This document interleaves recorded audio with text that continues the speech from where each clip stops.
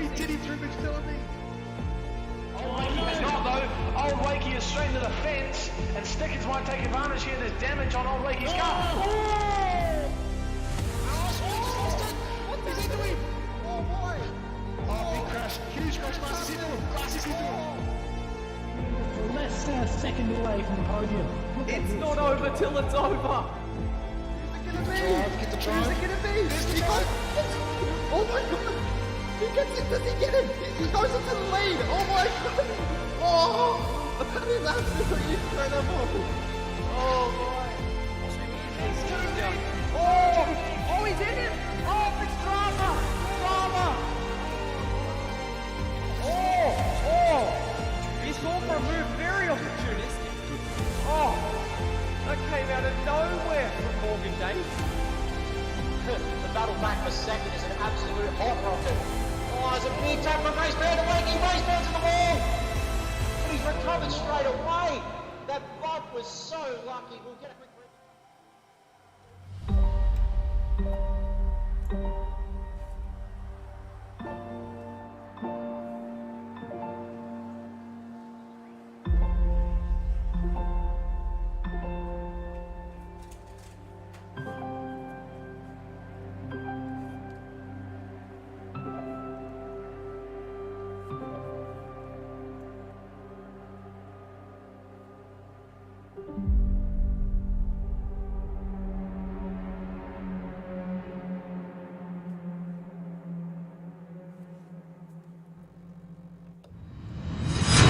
Welcome, ladies and gentlemen, to Sector 1 Sim Racing. I am your host for this evening's festivities, Brent, aka Karen, and it is an absolute pleasure to introduce you tonight to our, well, the home of Sector 1, in essence. We're live at Bathurst, of course. We saw last week some absolutely incredible racing here, and, of course, a couple of very, very big dominations. Who's going to step up tonight? Well, we're going to find out as we... check out Division 4 at the moment. Of course, Malevolent One took the victory last week. He's got a 9-point buffer. However, Rex is back. He's got that drop round in his sleeve.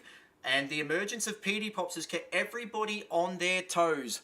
It's going to be a fantastic round. And we've got a fair few of the big, beautiful retro liveries tonight as well. So, hopefully you enjoyed tonight's stream. Make sure you smack that like button. And as always, subscribe. Hit the little notification bell if you... don't want to miss a bit of the action as we go to qualifying it now. And we will just wait for the Gran Turismo thing to do its Gran Turismo.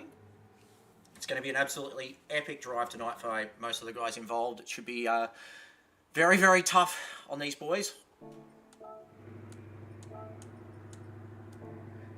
And we will just wait for these guys to start. As the first cab off the rank, as we look inside the beautiful Ford Mustang, is of course going to be Rex. He's back after a week off. He's looked very, very menacing over the start of the year. And, well, have a look at that Mustang. Absolutely gorgeous. Based on the DJR liveries of previous, I do believe it was 2009 that they ran the Jim Beam Honey livery at DJR. It's looking very, very splendiferous is probably the best word I'd say for it. Debrev, who's coming off the back of a drive of the day at Autopolis, going back to the red this time around though for the Bathurst round. Looking very, very forward to seeing how he goes. A lot of pressure on him at the moment to try and join that battle. We got Dazar, who's coming back for this round as well. He's had a couple of rounds away in an absolutely stonkingly beautiful retro-styled Corvette. I do believe that's based off one of the Imsa models. I'm not too sure off the top of my head. Back in the late 80s. Of course, Corvette's going to be very, very quick here, but it's going to drink fuel like it's nothing. K-Doggy in the Sun God Jaguar for Lucky's Lawn Care. He's been improving bit by bit over the last few rounds. He's looking very, very forward to tonight, making sure that he's keeping it as clean as possible. He knows the mountain will bite. We've got the first of our big runners tonight, PD Pops in the, well, it's a throwback, of course, the VK Chickadee livery. Now, there's a little bit of family history with Doghouse and this livery, of course, and PD Pops, he had a massive round. He dominated at Autopolis, and he's looking to go one better again tonight. Got another championship rival, the Malevolent One, who's leading the title by 9 points, as said earlier. He's in the 2000 Team Eureka Dodge Viper that cleaned up at Le Mans, finished 7th overall, of course, for the boys at Deeds. And make no mistake, boys, he's back, the good doctor. He's back home at a track he's already won twice at in the past. And he's brought back a very special livery. This was based off his very, very first Sector 1 supercar, of course, named Kate, very lovingly. Jump on board as we go into Hell Corner. You want to make sure you sort of just break that little bit early, hold the line, and then just ease out of it. Don't want to clip the grass on the exit. It can throw you very, very wide. Of course, we saw coming up Mountain Straight what happened to Mark Scaife in 2006. Of course, that famous call. Then we come up the cutting. Brake a little bit earlier. You got a bit of the uphill to help you to pull it up. Very easy to understeer as well through the exit of the cutting and hit the wall. Then you got to pull it in hard. Make sure you don't get oversteer on the corner exit, of course. As we come up the mountain now, heading up to McPhillamy. Oh, Good Doc's just slightly clipped the wall there.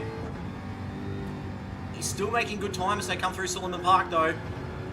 You want to make sure you do not hit any of these walls, because one little hit as they come over the top of Skyline and he's just gone very wide. Comes down the S's now. His track does not, as you see, Good Doctor with a half a second penalty through the dipper.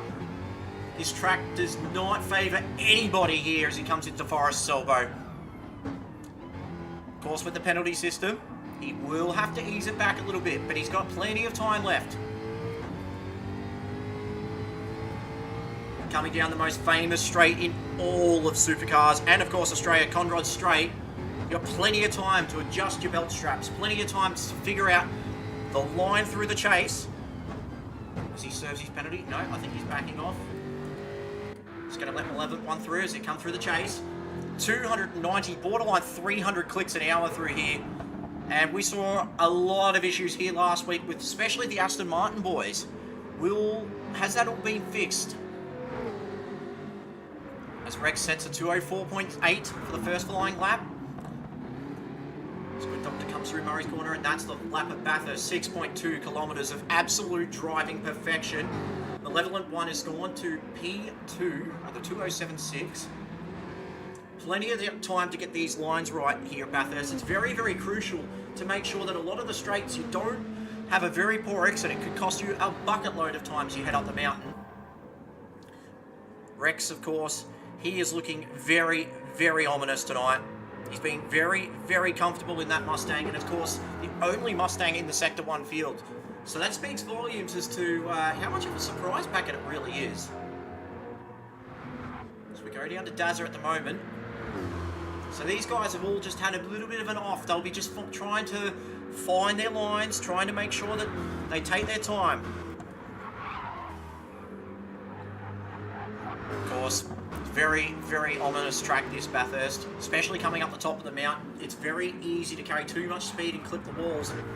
As Dazza goes through the cutting, he was purple. He's got Petey Phelps right behind him, who's just clipped the wall a little bit. Still more than enough time though left in qualifying for these guys to find their groove. So, hope everybody's well tonight. Evening, Drewski. Hope you're well, mate. Shizer's in the house. How are you, Shizer? And for those who have kept an eye on our socials at the moment, Good Doctor and Prusky and Ricky Bobby as well all had a little bit of a real life run today at Simmons Plains Speedway. It was a fantastic little event. Of course, boys had a little bit of a struggle, but they'll come back swinging. So we keep an eye on Rex at the moment. 2:04.8. Very, very fast lap straight off the bat. Evening, Dadson. Hope you're well, buddy. Division 2 prospect tuning in. What time can Rex set? Goes to a 2:04.7, so that's a very, very quick lap indeed.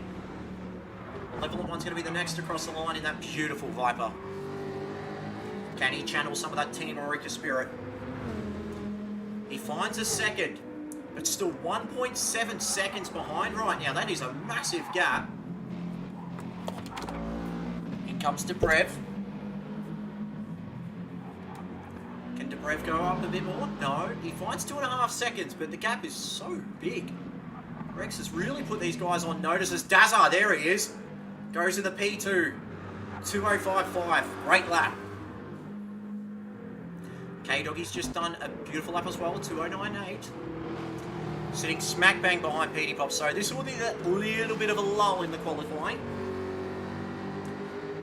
These guys want to find their in-laps.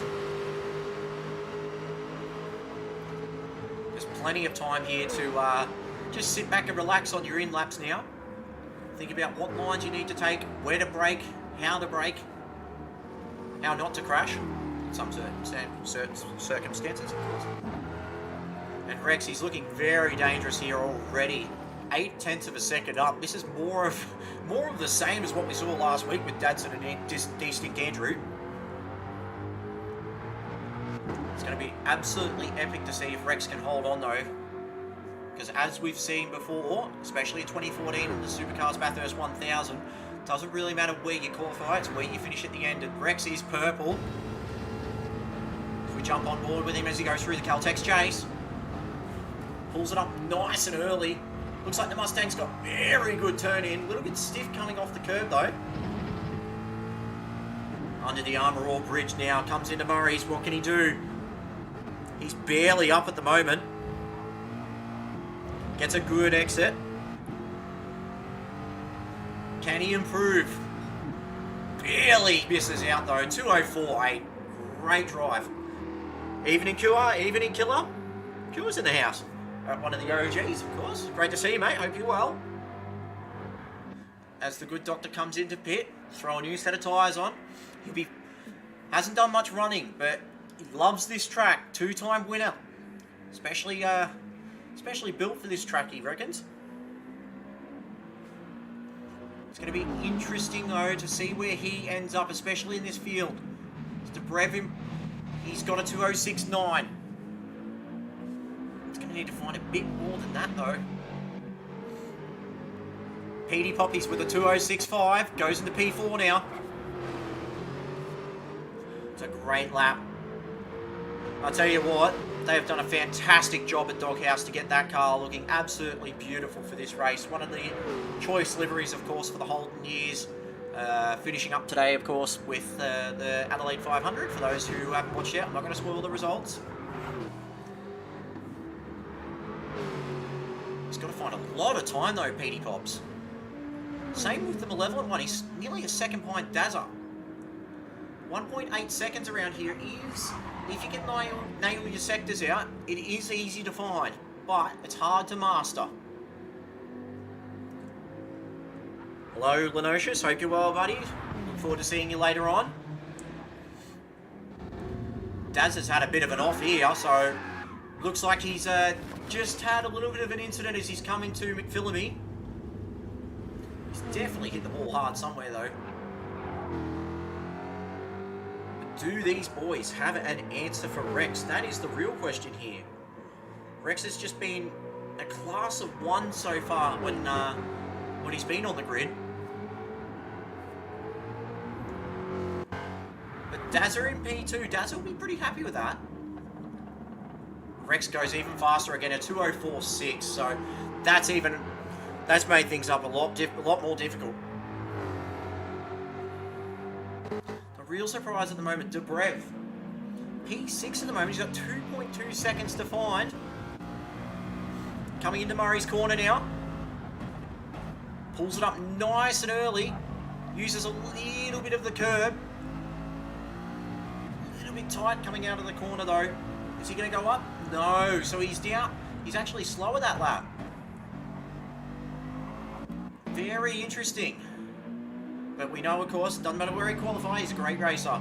As Petey Pops goes to P2 with a 2:05.5. What a lap that is. That is profound confidence coming out of the Doghouse Aston Martin driver. But are the brake problems going to come into effect for him? Still got 3 minutes to go here in the qualifying session. Malevolent one in P4 at the moment. He really needs a big result tonight, especially if Rex comes out in this ominous form. If he's a real threat to this title in the level 1.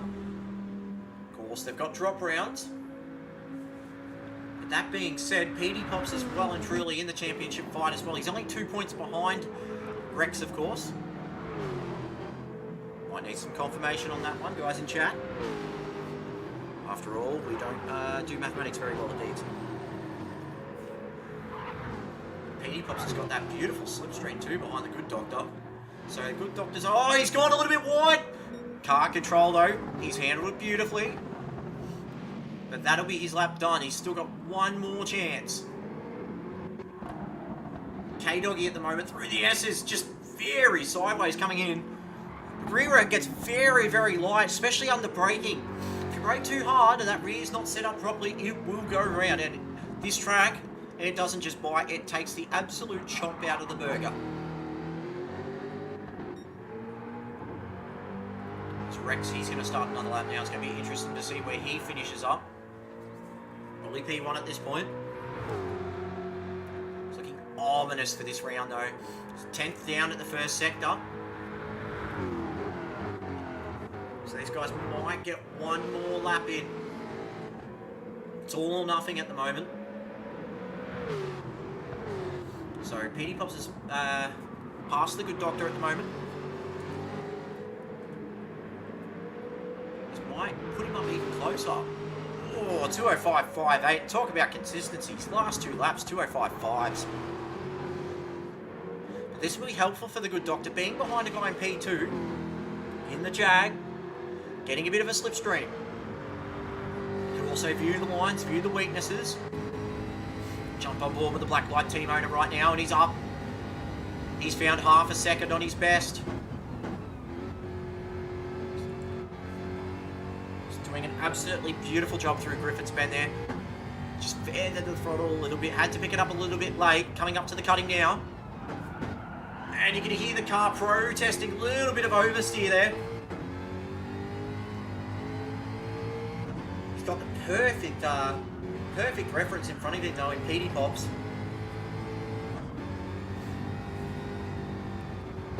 See what he's going to be able to do over the top of the skyline. Lightly grazes the wall a bit, Philippi.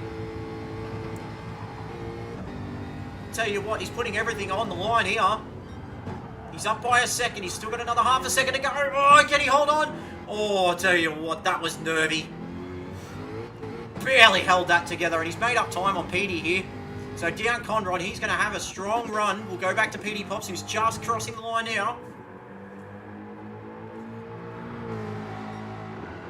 Doesn't go any faster, a 206.7. So PD Pops and the Good Doctor are our next runners. PD Pops, is he going to be purple right now? Because he's got the Good Doctor straight behind him. No, so he's down. What can the Good Doctor do? Oh, very loose under braking. He's got to pull it up. Is he going to go wide? No, he holds it together. Great braking modulation there from the Good Doctor. Pull that one up. Down on Murray's corner now. Can he produce a really strong lap? That'll put him top 3. Rear end sideways, dancing like a ballerina. What's he got? 206.3. Great lap. That is a strong lap there. Can Dobrev move up from P6 at the moment? Won't be too happy with that. And no, he does not. We got K-Doggy. 3 seconds to the leader, but he'll be pretty nervous tonight on a track that he's not familiar with, but he's pretty excited because his progress has been very, very strong. So he's timed it wrong, of course. That's his out lap. So he won't get another run. Level at 1. He's got Dazza in front of him. Goes to P4. So that's qualifying done. And that'll be Rex on pole. But he's still flying at the moment. So he did get one more lap. Albeit a bit of a look-at-me lap. So that's our pole sitter, ladies and gentlemen. Rex has taken it in an absolute domination. 0.8 of a second. It's more of the same so far as we saw last weekend. The pole sitters went away to rock away with the win.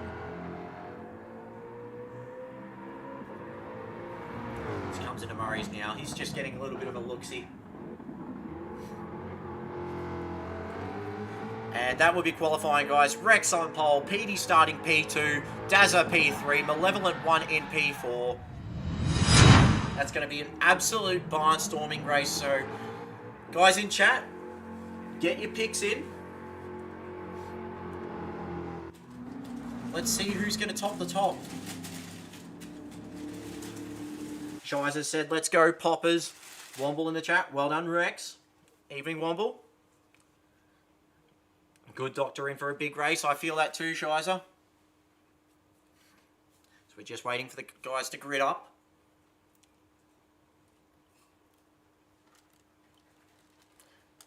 It's going to be a barnstorming race. We're looking very, very forward to seeing what these guys can do. Just waiting for the start. GT7 with all its bugs.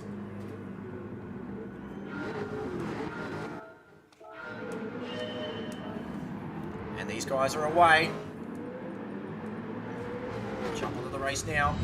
They go into the first corner, and Rex, he's just walked away from this one. PD Pops P2. Daz has got third. Malevolent 1 P4. He barely held it together on the exit. Good Doc P5. Debrev P6. K-Dog, he's had a little bit of a nightmare start. So they come over the top of Mountain Straight.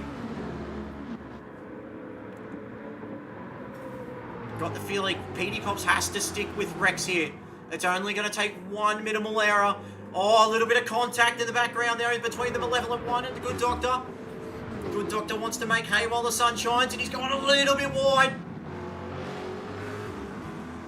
Playing for keeps these boys very early on. On board with Good Doctor at the moment. You can see the completely different lines coming through Silverman Park. Don't want to slap the wall. Seems to be a little bit of understeer in the Viper though. Back up a little bit further now, and you got Dazza, who's just tailing behind PD Pops at the moment. This is pretty beneficial for Dazza. Is he going to have a look in for a salvo? Oh, a little bit of contacty, laggy stuff. No idea what happened there. We might have to keep an eye on that. Oh, but Malevolent 1 just slightly grazed the wall. Is that going to be the incentive Good Doc needs though? So they come down Conrod straight. We'll be able to tell now who's got the right downforce setup. You want a low downforce setup coming through these long straights, because down up the top of the mountain, nobody's going to pass you if you've got low downforce. So we come through now, through the chase. It seems everybody's got through cleanly at the moment. K-Doggy's had a bit of an issue down Conrod, so something big has happened up the top of the mountain.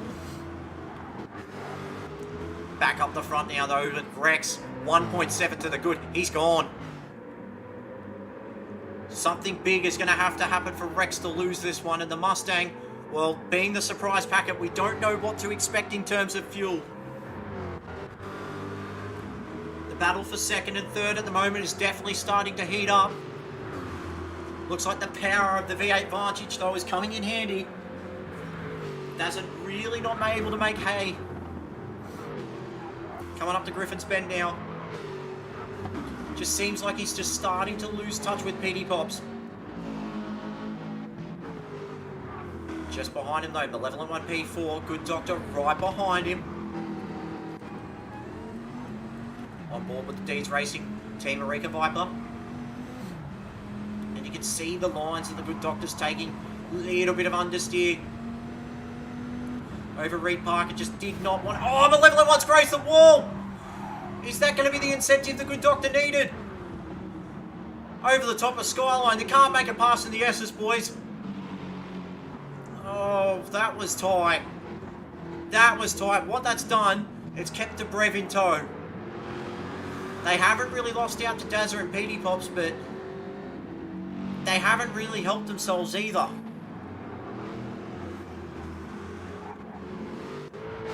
PD Pops P2 at the moment. You can see the gap is starting to form between Rex and PD Pops. With that round drop, that'll be critical come the end of the season.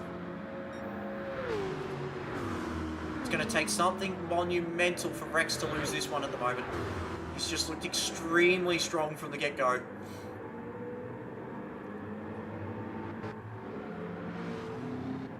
And Good Doctor's had a big moment, so it looks like he's just lost the brakes at the chase. Still plenty of time though. 45 minutes to go.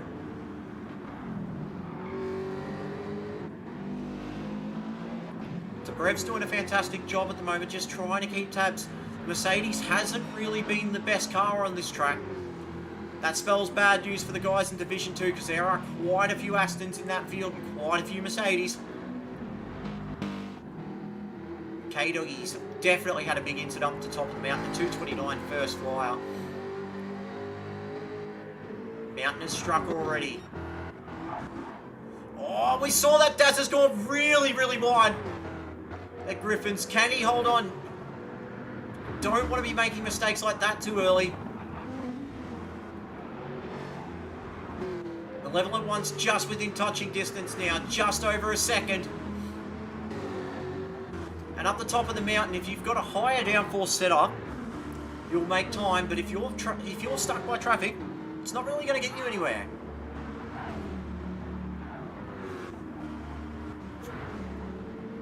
So Good Doctor's clawed back some time already. He's clawed back half a second. Rex at the moment with the fastest lap with a 2:05.842. That is blistering pace. Mr. Brev. Now, the RCAA boys weren't too confident about the Mercedes package here. Team leader D-Flow may or may not be here at the track this weekend. We'll find out more. But at the moment, look at this. Rex is half a second up nearly on his fastest lap at the moment. He's just absolutely blitzing it. Has the Mustang been a bit of a surprise package this season? Of course, Womble Design livery, that one. Fantastic job, as is every livery here in the retro round here at Bathurst. Home of Sector 1.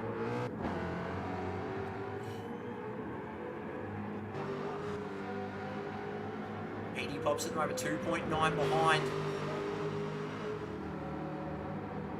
Get the feeling there might be some engine or dramas over with K-Doggy's car in the Jag. We'll see as he comes down the chase. Has he got these braking issues? No, he's pulled it up nicely, so it just looks like maybe over the top of the mountain might be a little bit of understeer. Either way, it's just got to find that time and hunker down. So the gap to Dazza, 1.3 in front is PD Pops, 1.8 behind Malevolent 1. Plenty of time though. Oh, Malevolent 1's had a big moment on the exit of the cutting. What that's done, it's brought Good Doctor back into it and he's just clipped the wall going up Reed Park. That Viper seems to have a little bit of understeering. Oh, Good Doc just lightly clipped the wall. That was a very hairy moment. These boys are really having to work hard here. The last 10 to 15 minutes will be the major issue though. It'll be all about fatigue. In that last 10 minutes, these guys will have to make sure that they're right and ready for the race. As Malevolent 1, he's just gone over. Oh, saved it, but what a moment, coming down Forest Elbow. What that's going to do is give the Good Doctor a very big sniff coming down Conrod. On board with the car, we're going to call Caitlin. Is he going to have a look down the chase? Don't think he's quite far up enough. That Viper's very loose under braking. Just does not want to play ball, the Viper. It seems like it's having a lot of understeer issues at the top of the mountain, and then with braking just struggling. Very twitchy car at the moment. In fact, the Malevolent one's actually, he's had a massive moment again on the exit. Good Doctor's gone through and he's now up to P4. So that Viper, yeah, definitely not wanting to play ball at the moment. 2.5 now to Dazza though. It's the Good Doctor's next target. What the level 1 needs to do now is just sit there with him. Save a little bit of fuel. Try and run with him. Looks like PD Pops is checked out from Dazza. Got a 4-second gap now back to Rex. Be a great run if he can get another podium tonight. This would put him in serious championship contention, but with the drop round, Rex is definitely not out of this. That Mustang looking very, very strong at the moment. It seems like he can just control the pace of the race. Purple sector over the top, coming down the S's now into the dipper. Seems like that Mustang is just well and truly dialed in. Not a hint of understeer, not a hint of oversteer. And looking good while doing it. So the gap is coming down between the Good Doctor and Dazza. It's now 1.7 seconds. The level 1 just scrapes the ball coming out of Forest Elbow.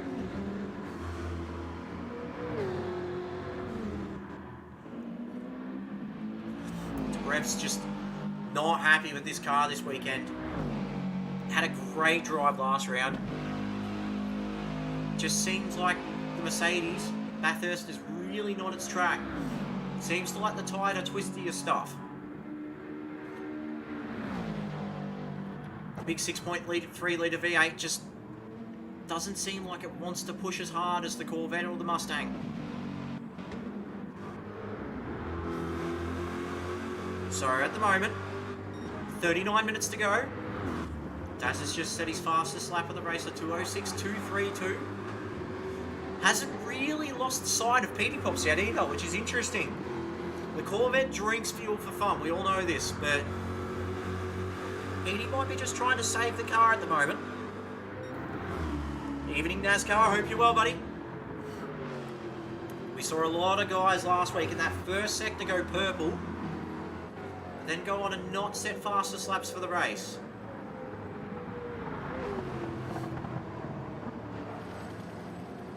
PD Pops now. That is a fantastic looking livery as well, guys. Beautiful base on the VK Commodore, of course. Can never forget that Chickadee livery. Coming through Solomon Park now.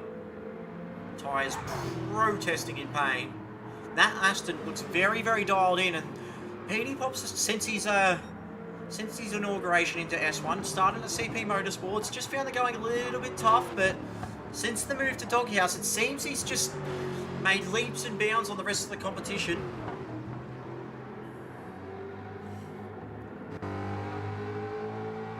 But I don't think he quite has enough for Rex at the moment, which has a 5.4 second lead. We'll get a fuel and tyre update. See if we've got the skills to pay the bills. There we go. So, there's Rex's fuel. Just under half a tank. Tyres look very strong. A little bit more front wear maybe than he'd like, but very, very even.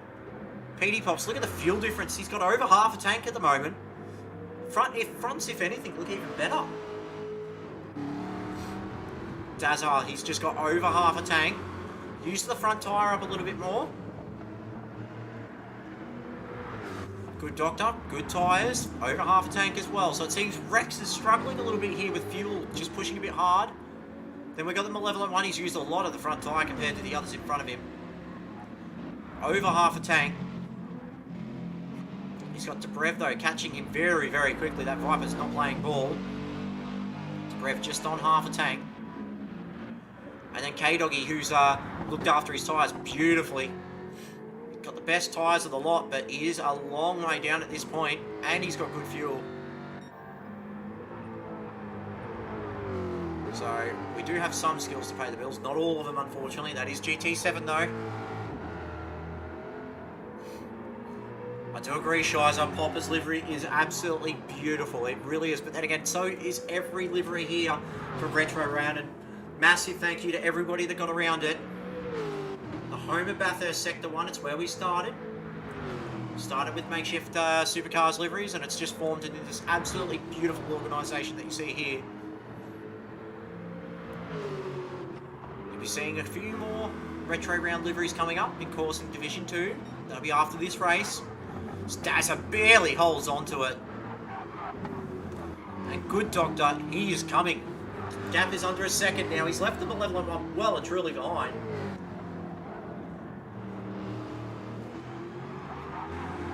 The car's just really not agreeing with Dazza at the moment.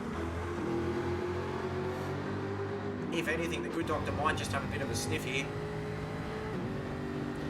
Can he close it down the straight? That's the question. How much power has this Jag got compared to the Corvette? We know the Corvette, it's an absolute bullet in a straight line. But Daz has used the front tyres, so he's going to have to brake that little bit earlier. Oh, Good Doctor! Can he hold it? He does. Just clipped it on the grass on the exit. Entrance, exit, open, close door. Lost a little bit of time out to Dazza though.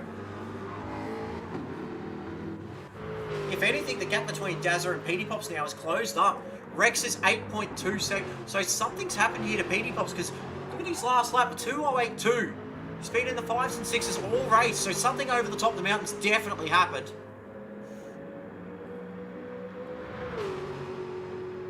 Maybe he just clipped the wall on the exit of Forest Selvo, but the gap now to Rex, 8.4 seconds to the good. What this is meaning though is the battle for P2 and 3 is well and truly on.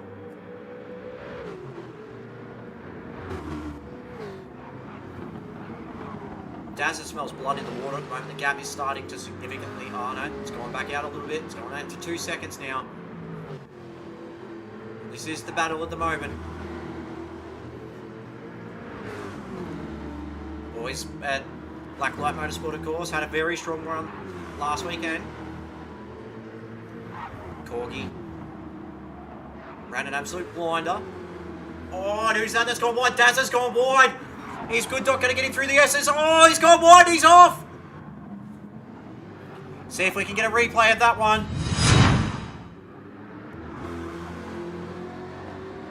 Just seemed like Dazza's off, put him off, and coming through the S's 2 into 1 just doesn't work. Good Doc, good car control to handle it.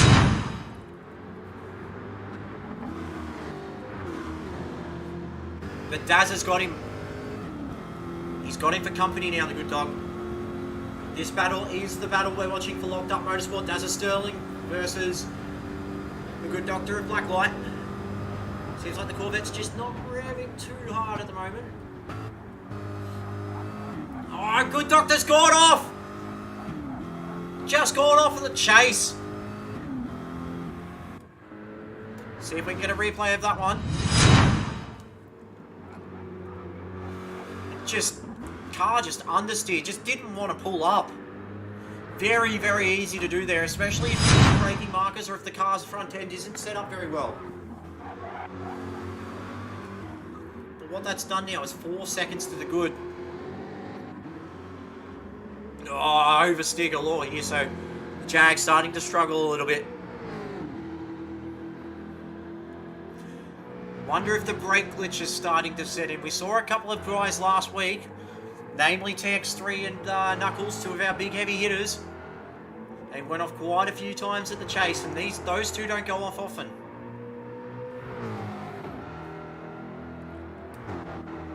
That was a solid bit of car control though to try and just get it back on track and make sure it was done cleanly.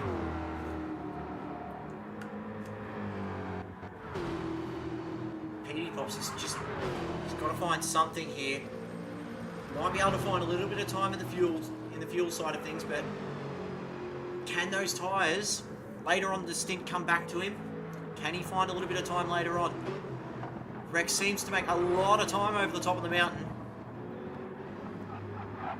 And now that Good Doctor has got off Daz's case, what's going to happen here?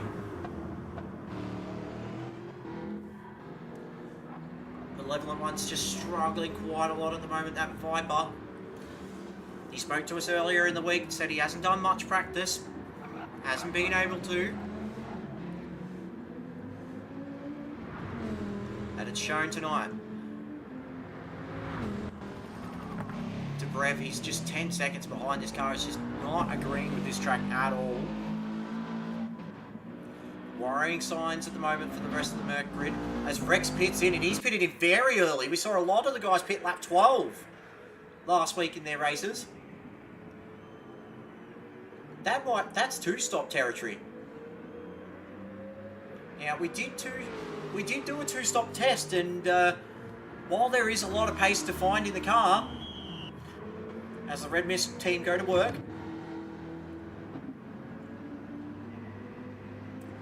so they're not putting on tyre. Wow. So he's only taking fuel on board. That's interesting. But what that means is he will need to stop later on. This is going to severely compromise him. We know he's got strong pace, but he's fallen behind Dobrev. That is extremely interesting. So PD Pops now has control of the lead. Can strategy now play its part? Got a good doctor there with a 2:05 flat for fastest lap of the race. That is storming pace. He's able to wipe off some of that time. 3.6 now to Dazza, and he's got exactly half an hour on his side as he just grazes the wall at Silverman Park. Wonder what this is going to do for the likes of the Viper and the Corvette. They do have car. Oh, there's been contact! There's been huge drama at the top. So Dazza's had a massive off here at the S's. See if we can catch that. Definitely had a massive off at the S's. And what that's done is it's checked up, looks like it's checked up the good doctor, and that is massive. What that has done is prop the Malevolent one back into P3 at the moment, and he's got a very wounded Corvette in front of him in Dazza Sturley. That is huge. That Viper's not being very quick, but as we know, this mountain bites.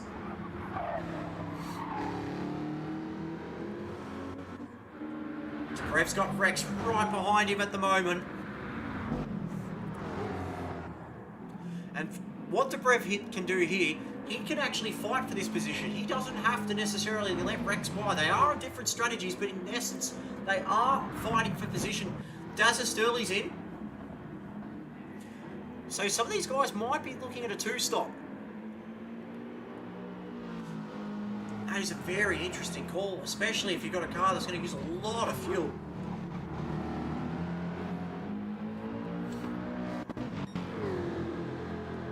Meanwhile, up the fight for P2. These guys don't want to scrap too hard. If they do, and PD Pops extends his lead, then that's going to be curtains. So in essence, are these guys actually fighting for P3 at the moment? That is the real question here. Is level 1 goes sideways yet again, slithering all about. And the good doctor's right behind him now. Coming through Reed Park and up to Silverman Park. That Viper, just look at it, just does not compute. It's not very comfortable at the moment. A good doctor just barely holds on, nearly clips the grass going over the top of Skyline, coming down the S's. Some of these guys in this field, genuine Bathurst specialists, they love this track. Other guys hate it. There is one big thing about this track though, we can all respect it. A bit of cloud cover coming over the top of the track now. Track will start to rubber in a little bit. See the shine over the top. A little bit of cool air now. PD Pop's 10.1 seconds to the good at the moment. That Viper just under brakes, just very, very struggling. Good Dog might have a big sniff here coming into Murray's. Is he going to have a look? Oh, I thought about it. For those on Rex watches, Dobrev pits. Rex is now clear. He's held up for a lap behind Dobrev though, so that's time lost. 20.5 seconds behind PD Pops. He's got a world of time to find. but he's got plenty of time on his hands, and further still, he's got the car to do it, but he will have to make another stop.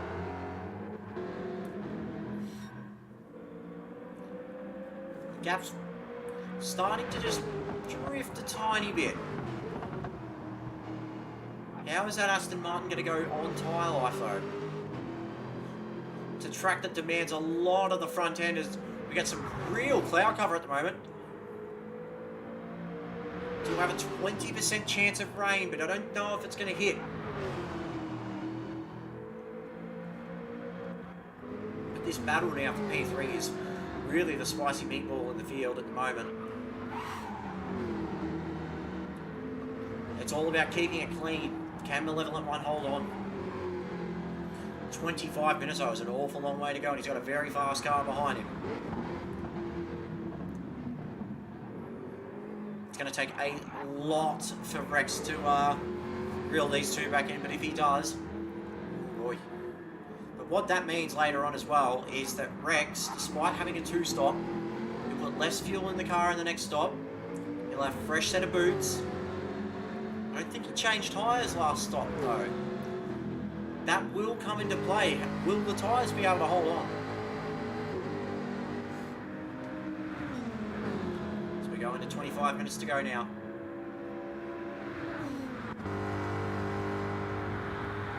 Rex just starting to lunch a little bit of time, but it might not be enough.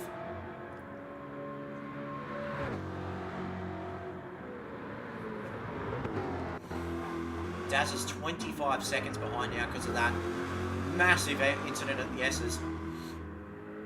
It's good Dr. Pitts and Petey Pops as well. Malevolent One goes round again. Oh. Is he vulnerable to the undercut now? So many different strategy calls being played here at the moment. Rex will come out in front of these guys, but the question is, will he do another stop? And, well, he has to. But what lap will he pit is the question. He can afford to just absolutely lay the hammer down, though.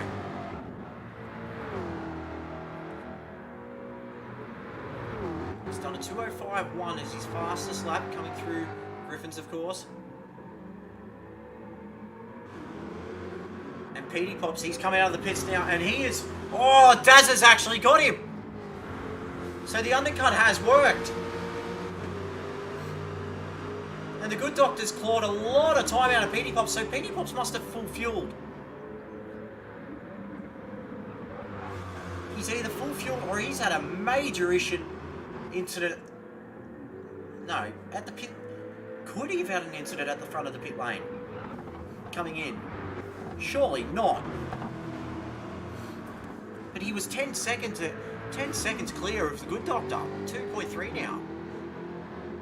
That is huge. And Debrev at the moment, 14 seconds behind. K-Doggy's in. Filling up the Sun God Jaguar for Lucky's lawn care. It's been a bit of a tough one. See the scrapes, the bruises. The mountain does like to chomp fuel for fun, and tyres and cars with it. Oh, he's crossed the pit blend line.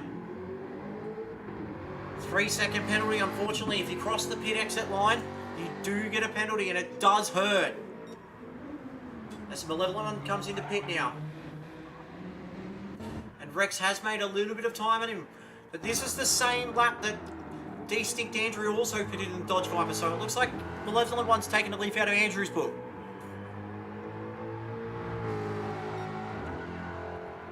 Rex is just... Basically, he's got to try and find him. He's got to try and find time. And now, Dazza's the real threat at the moment, because Petey Pops is all in trouble. He's got the good doctor all over him. On board the Doghouse Motorsport Chickadee, Aston Martin.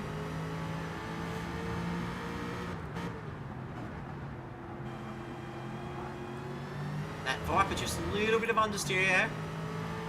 Good doctor, I believe, is on a controller on the dual sets for tonight. We saw a couple of people last week actually on the dual sensors, so it's not a compromise here. It can be a compromise in a lot of other tracks, but here, if you can make your chances, it can help. These guys are all within QE of each other between P2 and P5. So let's take a look at the fuel and tyre situation now after the pits. No, we don't want to do that. We want to do that one. There we go. So Rex, yeah, he did put tyres on. Still doing 206s. But he's getting time chomped out of him now. He will have the fresher car later on, but yeah, he's got to figure out the right time to pit too early. And he risks having to use more of the tyre and more of the fuel. Too late. And he just leaves himself completely vulnerable. Daz has got 3/4 of a tank now, fresh boots on. Malevolent on 3/4 of a tank. So Malevolent one can push a bit harder if he wishes to. Can he hold it? Car control. PD Pops. So PD Pops is near full fueled. Good Dog right behind him. Same thing again. Full, just under full. Brev at the moment, 2/3 of a tank, just over 3/4, 9/10.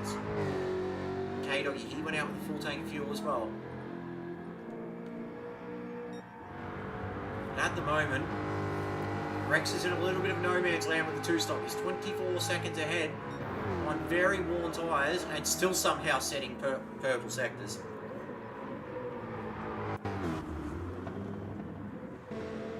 Looking at these guys on the main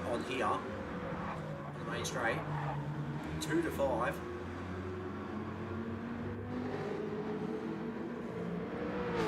We're all looking at about 5.5 seconds of each other.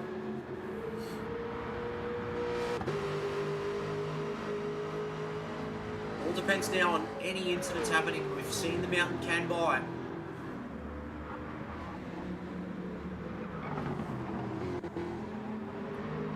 At the moment, just playing the safe game.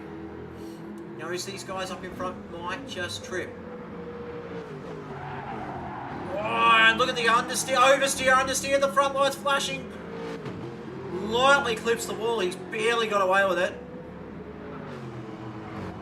And by those front lights flashing, you can definitely tell he's on a controller. But he held it very, very well. Let's see if we can get a replay of that. Just missed it.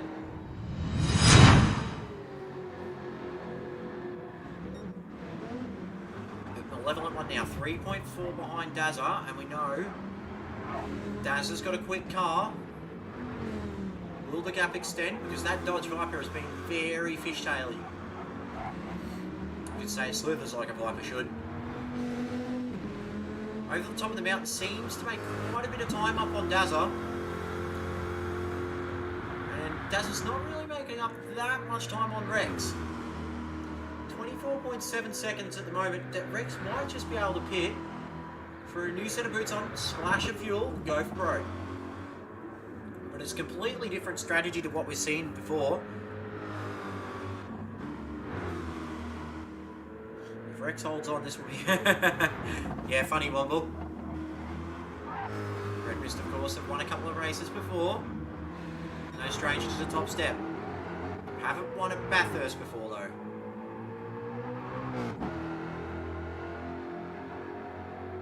That gap not really dropping at the moment. 2:06.0 his last lap on worn tyres versus a 2:06.3 on fresh tyres and more fuel.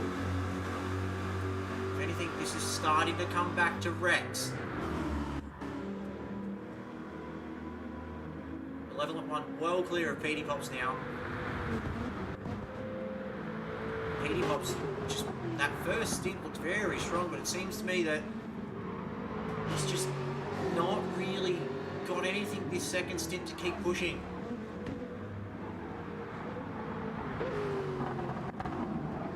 And it keeps bringing the good doctor back.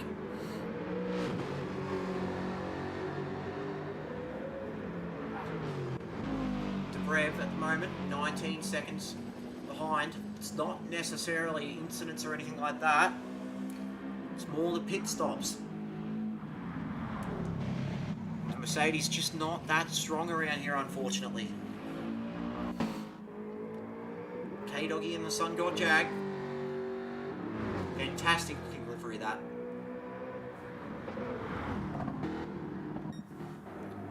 But Rex at the moment is not far behind him. 15 minutes to go now, so these guys are just setting up for the sprint home.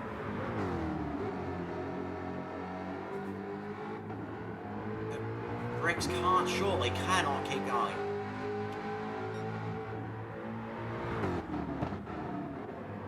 He'd have to probably pit within the next 2 to 3 laps. Those tyres surely won't hold. The gap's still just under 25 seconds. Oh, there we go, 25 seconds on the Dr. Daz. Malevolent One's had a big moment, so he's had a big moment at the chase. He's got to fight off now the warring Petey Pops and the Good Doctor. Could be a 2-for-1 snag here. On board with the Blacklight Motorsports car. Oh, Petey Pops wants an argument about it. Good Doc slithers through.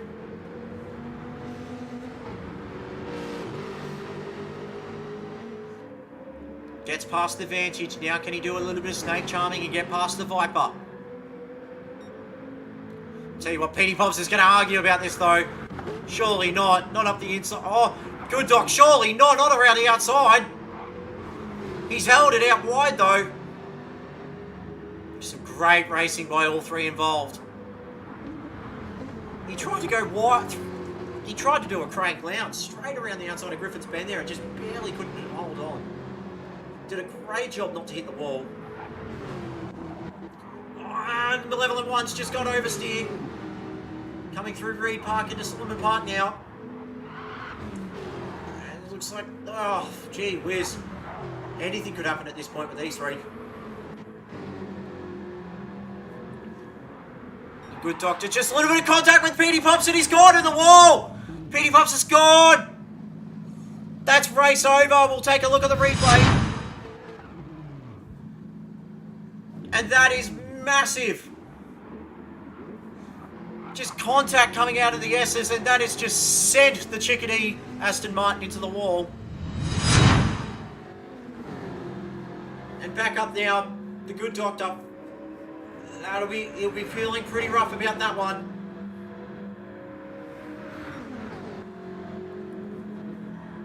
That was a bit rough. It's going to be hard to explain to that one to the stewards from both sides as Malevolent One goes very, very loose. Flash of the lights again from the Good Doc. Oh, he tell you what, he had a big look there. Get another look on board with the Blacklight Jag. Malevolent One going defensive.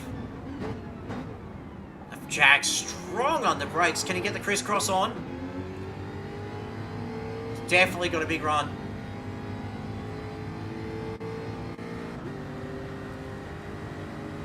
Get a splitting view of the Dodge Viper there.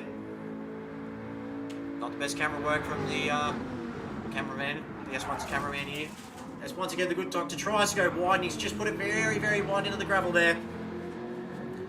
That's going to let Malevolent One off, but yeah, that's a hard one to explain, that incident.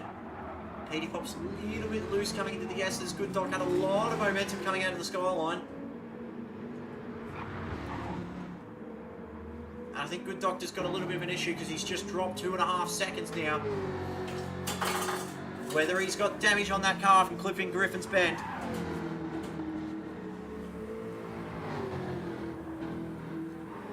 And Petey Pop's now 12.9 seconds behind. Hasn't been a strong second stint at all. And that contact didn't help at all. Back up the front now with Rex. And he's still going to go around again.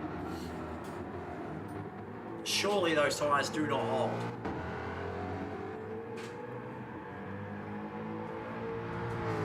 Either that or he's pitted, put tyres on, and GT is doing GT things.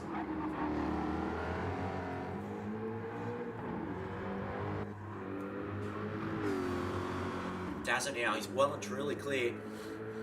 8.8 seconds now.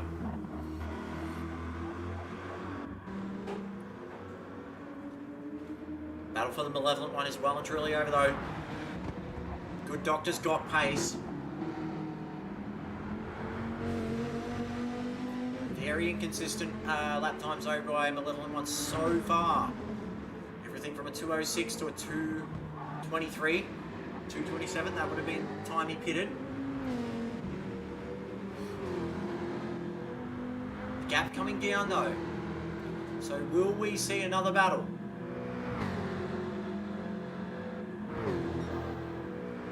Good Doctor's got pace at the moment, but the question is, what can he do with it? And he just sailed into Griffin's Bend there. Lost a lot of time with that. That just sailed him out further than anything I've ever seen before.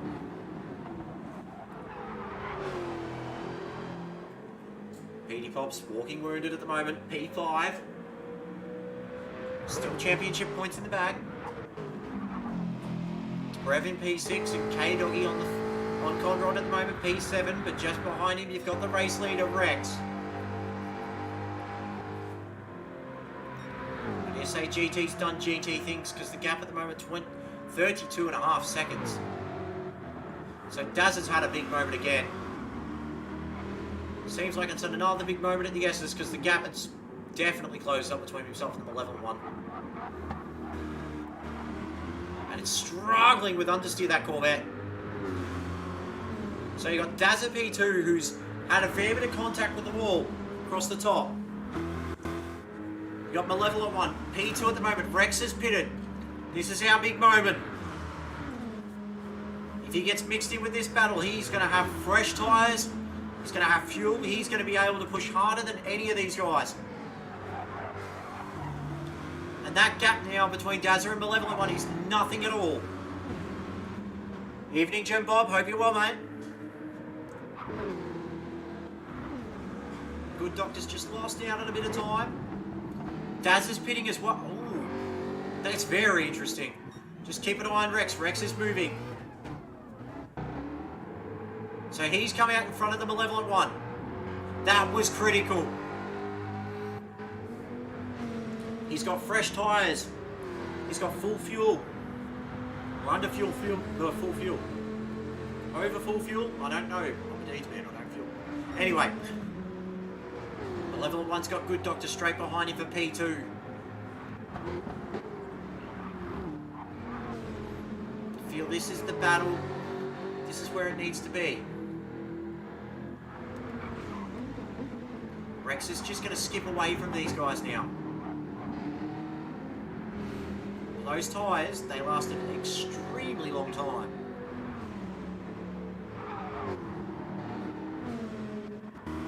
So Daz's stop has brought him out in P5. Promoting Petey Pops up to P4, but I'll tell you what, it's not really helped his chances of more points, especially this late in the race. Was just under 8 minutes to go.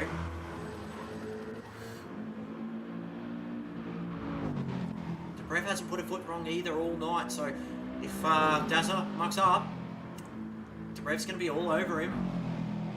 But the power of the SLS AMG is the real question here. So the gap 3.3 to the good.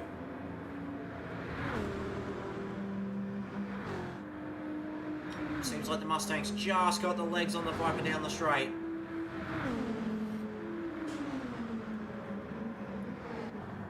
Rex doing a fantastic job at the moment. Get the feeling in the next 3 laps we're going to see a new fastest lap of the race. It's going to have a very light car. Fresh boots.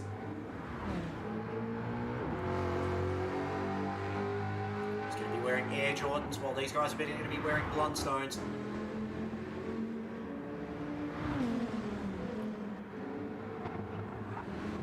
Still 2 seconds as Malevolent One just a little bit twitchy. That Viper all night has just not wanted to cooperate.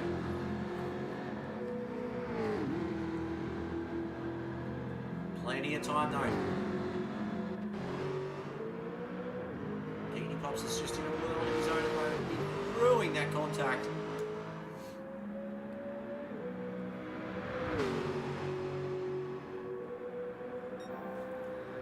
Very quick so far with the purple sector and sector one. We've seen that quite a bit tonight.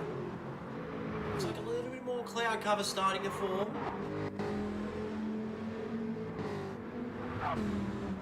Seems like the Red Mist boys had a little bit of a plan for tonight's race. I think Dadson, you might be right, buddy. Rex is looking very solid for a Div 3 prospect, much like you're looking at the Div 2 prospect in yourself, mate. Just over 5 minutes to go now, and that Mustang, will that be a bit of a surprise packet for the rest of the S1 field in total? Might be a couple more guys running that car next year. Of course, it all depends on what we decide to do next season. Stay tuned on our socials, Facebook, for more details. Of course, don't forget to click the Discord just below the description here if you want to jump in, want to watch the action. And if you want to get involved, make sure you jump in the Discord as well. 5 minutes to go now, and Rex just looking very comfortable. 4.1 to the good. As Malevolent One, he's got a little bit of steery issues, understeer, oversteer, all kinds of steer. Doing well on the Team Marika Viper Tribute. Good Doctor in P3 at the moment with Caitlin. He'd be not too pleased about that contact at the top of the mountain himself. He prides himself in very clean, hard and fair racing. 2.5 seconds the gap is now, and it's starting to cloud over again. Threat of rain always present at Bathurst. There's always one last little surprise. So Dazzle looks like he's checked out from Debrev at the moment, 7.9. Gap increasing dramatically. So Debrev won't have an answer for Dazzle's pace.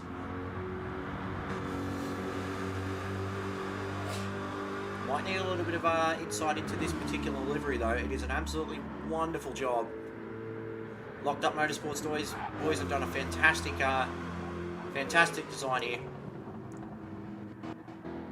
Oh, good Doctor's in the wall! So he's understeered into Sullivan Park there. He's been able to hold on though, but it's moments like that. This is where the fatigue kicks in. Malevolent One's in the wall! Oh, the good Doctor's nearly followed him! Oh, that is huge. We got to get a quick look at that. See, coming over the S's.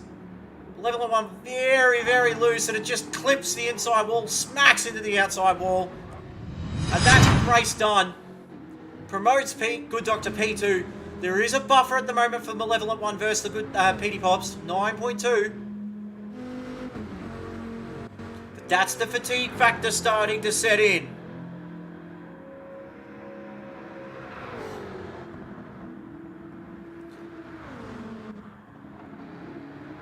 Still time is there. Probably get 2 more laps for these guys, maybe 1 more. But Rex has well and truly skipped away. 9.6 seconds. He's just gone.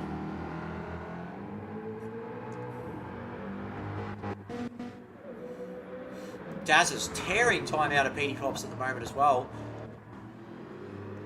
5.8. It was 7. Have we got one last little roll of the dice here? A very, very banged up Aston Martin at the moment. That's going to need brand new parts on it all round. Might even need a whole new chassis replacing. Hit that inside wall of the S is very hard. Malevolent One's made up half a second on the Good Doctor already, so this may not be over just yet. Start thinking about your driver of the day as well, guys. We've got plenty of big choices here at the moment. I think I've got my choice. Oh, it looks like Malevolent One's just lightly grazed the wall coming out of Sullivan Park there.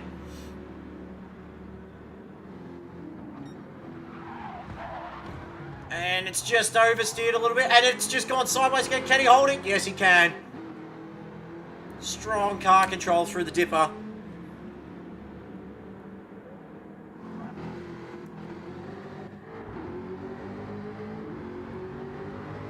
I think it might be one and done, that battle. Good Doctor may just be alright. It's going to take something pretty significant for him to lose that P2 now.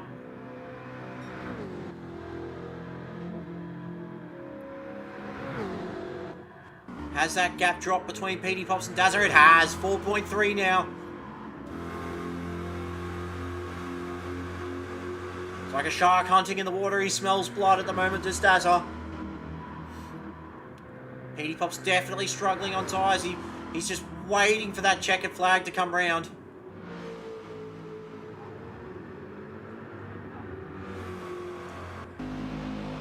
Speaking of waiting for the checkered flags, I think Dobrev might just be waiting for the checkered flag himself. It's been a very, very lonesome race. K-Doggy, despite the fact that he's a long way behind, he's actually managed to do a fantastic job. He's not been lapped. He's kept it out of the walls for the last few laps.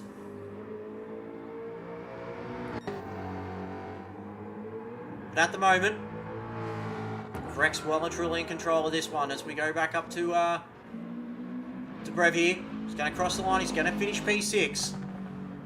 Solid drive. It's been a fantastic turnout though for this race. Quite a solid crowd here for this one. Comes over the top of Brock Skyline now into the S's, and well, this race has definitely put a stamp of authority on the championship. He's used his drop round, but he's definitely by no means out of this championship at all. Coming to Forest Elbow now. And he had a very, very strong qualifying. 0.8 of a second clear of the rest of the field here. The strategy raised quite a few questions. He's been able to hold on.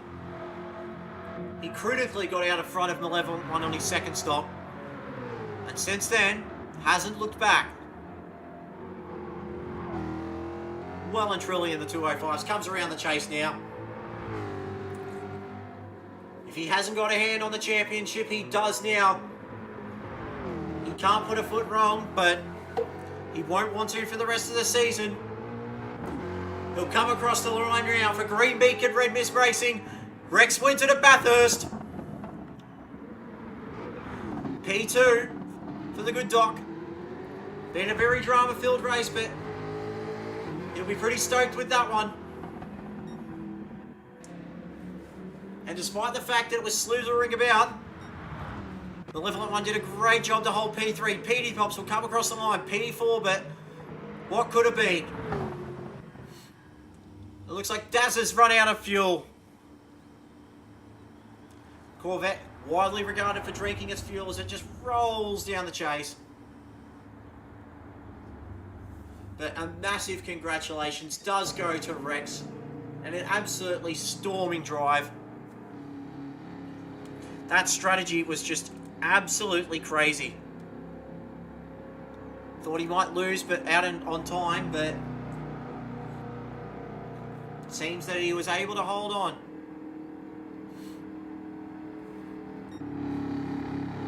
But yeah, what a race. So guys in chat, fire in those driver of the days. So we just wait for Dazza now to come across the line. That Corvette just in limp mode. Goes fastest lap of the race with a 3:03.0, but that is Bathurst run and done, and congratulations goes to Rex 098. A fantastic drive indeed. And these boys, they probably won't want to put a foot wrong.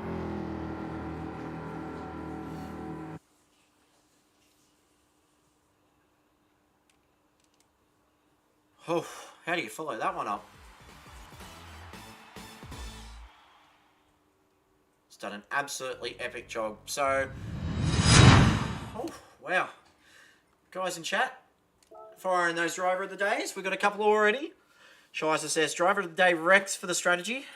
Driver of the Day Rex from VF, faultless race. Tassie 1 and 2, awesome effort lads from Killer. Yep, down the apple aisle there. It's great drive indeed from those boys.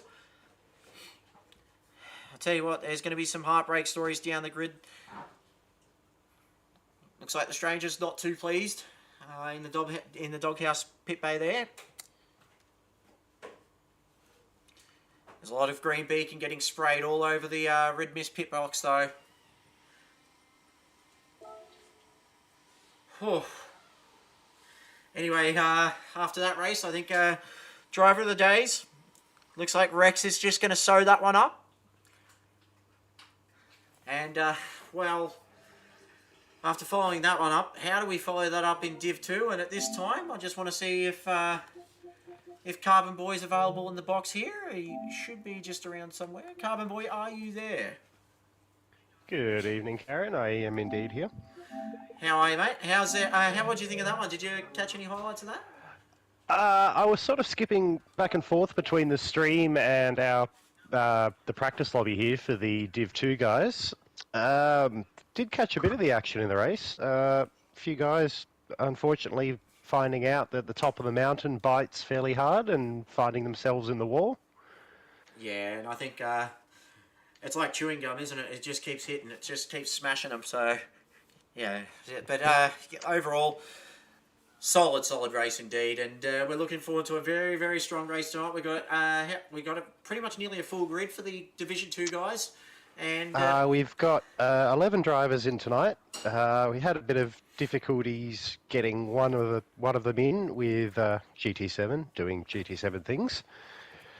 But after a bit of persistence, we've managed to get everyone on the track. Beautiful. So there's a couple more retro liveries for tonight's event as well. Looking very, very forward to seeing these. We've seen a couple of the Doghouse liveries. We've got 2 more, and they're strikingly different. We've got another one of the Jadson ones as well, but a couple that I'm very, very excited to see. So I reckon we should fire up qualifying whenever you're ready. If you want to press that big red button there, Carbonboy, whenever you're ready. Right here, give me Australian technology. 2 seconds. Usually it's very, very good, and apart from our internet servers here, of course. I will just double check I have everything set correctly. Now, Womble's celebrating the pit bay saying, woohoo, Red Most Racing has won its first ever round of Sector 1. Rex 098 driver of the day. Oh no. Oh wow. I think they've won a few more than just one. I swear on that. I can remember one. Maggiore, Adam won against me and Godey. Womble, so there you go. Anyway, all right, shall I push that big red button? If it isn't sticky and is ready to go, of course we've had a lot. That's of people... all nice and clean. We had a lot of people press that button over the years as well. We've seen some big events here. We've seen the likes of the Cyborg Brocky. We've seen Tarmac Terry. TX3 GTR's dominated here. Morgan Davey on his debut, winning, of course, in the GT3s. And now we're about to see who writes their names in the history books. We saw last week Distinct Andrew. He absolutely blew them apart. So just fixing this one up. Qualifying is underway. Alrighty, so let's get down to the track. So everyone comes out. And first cab off the rank tonight, Cruzin. And I do believe the livery he's got for tonight is it's based off one of the VL HD team liveries, I believe. Off the VL Group A SS Walkinshaw of the late 80s. It suits the Gamesman sponsorship very, very nicely indeed. And Cruzin, of course, is a big mainstay, loves this track, one of the original drivers here at Sector 1. And driving the Viper, he'll have a fair bit of confidence after what Andrew did last weekend. Race fan in P2, of course, for CP Motorsports. He's had a bit of a rough start to the season. He's in the Elite Plate mechanical livery designed car tonight, just keeping it nice and clean. Then we got Oz Patstar 51, another one of the Doghouse liveries tonight, and he's got the absolutely beautiful 1997 Bathurst winning livery of Larry Perkins and Russell Ingle. Very, very special car, that. We've got Lenocious, who's having a bit of a dogfight at the moment in P4, and he's got one based off the, if I can remember it, it's based off Nick Percat livery. It was a heavy haulage one. I can't remember off the top of my head, but someone in chat will get that to me, as he has a bit of a moment with our rising star here, Young Wakey, who's got one of the Golf liveried locked up motorsports Aston Martins, and we'll have to keep an eye on the Astons tonight. We've seen the brake dramas over the last week or so. Touch wood, they got away with it in Div 4, but what can they do in Div 2? Will they bite? We've got Stingers, who's just in the Datsun Racing Bathurst green-eyed monster. And we saw last week with Datsun Racing, they were one of the guys that had quite a few dramas in terms of the brake pedal. Might be held up by traffic here very, very short, Stickers though. Now, we got Lucky here for Lucky's Lawn Care Racing, and because Yeesh dominated the field last week, made everyone go sheesh, Lucky's decided to step back for the benefit of the Division 1 field. Jumps back into Division 2, and in the Viper, he's going to have a very, very strong run, and I reckon he'll be very, very hard to beat. He'll be my driver to pick for tonight. We'll keep an eye on him. We've got Evil Evo, also from Doghouse, P2 in the championship at the moment. 9 points behind Young Wakey, and he's driving the 1991 Nissan livery. The pack of you-know-what holes design, of course, that the Skyline was famous for. Was it 91 or 92? I believe this is 91. But there we go. We've got confirmation from Shizer on Lenocious' livery. It's SP Tools livery. I thought it was a Heavy Haulage Australia one. That's why I was a bit confused. And, of course, Bumcrack, who's also for Locked Up Motorsport, driving the Dayglow. Was more, it looks a bit more red, I reckon. The beautiful Corvette, of course, and looks like Locked Up Motorsports might get a lawsuit on their hands for, from Deeds Racing after our liveries last week, but we'll wait and see on that. Anyway, how was the practice session, Carbonboy? Did we... there was a couple of drivers I was keeping an eye on, not some eyes, just one. Got Young Wakey, who's been setting the timing sheets almost on fire in practice, being very, very consistently in the, I don't know if I should give the secret away, but he's been very consistently in the high 2-minute 2-second bracket, which is well and above what I can do, so it's quite impressive. I'll tell you right now, that's Group A pace. That's Div 1 pace, easily. Nipping at his heels is Lenocious in the Mercedes from Obsession Motorsports. And he's just had contact with Pat Star as well. That's not going well. That's not gone well, and that could be very well looked at as Cruzin set to 2:04.0. And another one who's been looking very, very quick in the practice session has been the plumber, Mr. Bumcrack himself. He's been showing quite a good bit of pace throughout the early sessions. Yeah, he's just jumped up to P6 at the moment. Hasn't really had the best season at the moment. It has been a bit of a baptism of fire for him, going up from what we call Division 3 into Division 2 now. So he's up with guys that are a bit more his pace, and he's had a couple of questionable results on his end. He's not been confident, but the car and the track suit very well here. It's Young Wakey. Look at that, 2-minute 2.9 first flyer. That is, put it this way, that is enough for P11 or P10 in Division 1. There's going to be more pace than that. That's just... wow. Let's leave it there. And someone else who was also looking pretty good in the practice session, but unfortunately GT7 is doing GT7 things again and has not let him into the qualifying session, has been the Bad Dog. Ah! What? Oh yes. No, ECU issues. I'm not exactly sure what has happened. Yeah, something's gone wrong down in the On Point Ragged Edge Racing Garage. Something's gone wrong with that car between practice and qualifying, and just doesn't want to go out on track, which is a real shame because he was looking pretty good in the practice. Now, I didn't bring up old Wakey and his livery, unfortunately. I do apologise to those in chat who have actually said it. His based off the 1999 Dick Johnson Racing AU Falcon livery, I believe. Especially famous actually in 2000 at Queensland Raceway, of course, when they fell off the track at the first corner and the race was called. It was brought back one lap, and of course, who can remember? Who cannot? You can't really forget Paul Radisich getting out of the car and celebrating, absolutely bucketing down in the rain. It was a phenomenal race. The Lucky livery goes to seems to be P2. working for him. Old Wakey was just in P2 until Lucky pips him by 7 thousandths. Yeah, I'm interested to see how Lucky goes tonight, as Evil Evo just jumps into P2 with a 203, 290. Yeah, very interested to see how Lucky goes tonight. I'm keeping quiet on the race liveries tonight because I'll happily admit that my motorsport knowledge is not exactly the greatest. Some of them I do recognise, for instance, like Old Wakeys, I recognise that it was a Shell Helix sponsored AU Falcon, I believe. That's correct. That's about as far as my knowledge goes. And my biggest, big surprise, I was about to say, is Lenocious, and he just smashes into the side of McPhillamy. You don't want to be doing that too often, because that McPhillamy, Jesus, bites.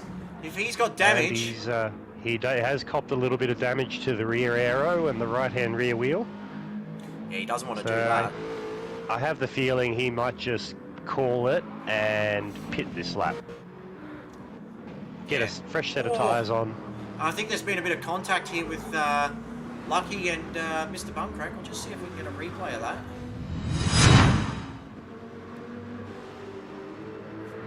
I think we might not be able to. Just see if the replay will let us. Oh, yeah, we might. Yeah, and he just got a big hit from behind. That was a huge hit. It's just recent. We've got Old Wakey and Young Wakey, both of them off at the chase. Oh, wow. So, father and son go off together. Yeah, like father, like son. Following it, not the footsteps you want to follow in, I would think. Yeah, that is enormous. I didn't expect that.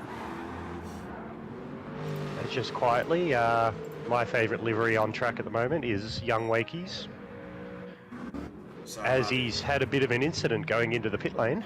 Yeah, he's had to Young Wakey span, and it's just nearly blocked Old Wakey. We saw last week with Kiwi Raikkonen that it can cause major issues for those behind to when they come into the pits. So Old Wakey's just come in. Race fan's gone around again. So he's already pitted, so those tyres will have to warm up a little bit. Just ignore the qualifying timers for now. Well, Lenosis has decided to continue on. He's not come in for a fresh set of boots. He's just going to soldier on. Yeah, it's going to be a struggle street for the Mercedes, I get a feeling, tonight. We saw as he clips the wall at Reed Park. Just we saw with DeBrev, we saw with Ricky Bobby last week. The Mercedes doesn't like this track. So actually, Daz as well. We'll bring that one up. The Mercedes just does not like this track. It's just not quick around here. It's just not in the same league. And for the championship, Lenocious still has his drop round, but he doesn't want to use it where he has to. Looks like he goes. He's P4 at the moment, full 10th behind Race Fan. Half a second between Race Fan and Young Wakey at the moment as Race Fan comes into the Caltex chase. Will jump on board with the CP Motorsports Aston. And Race Fan in the first race of the Nissan Silvias, he was very, very strong. 5th in Group A.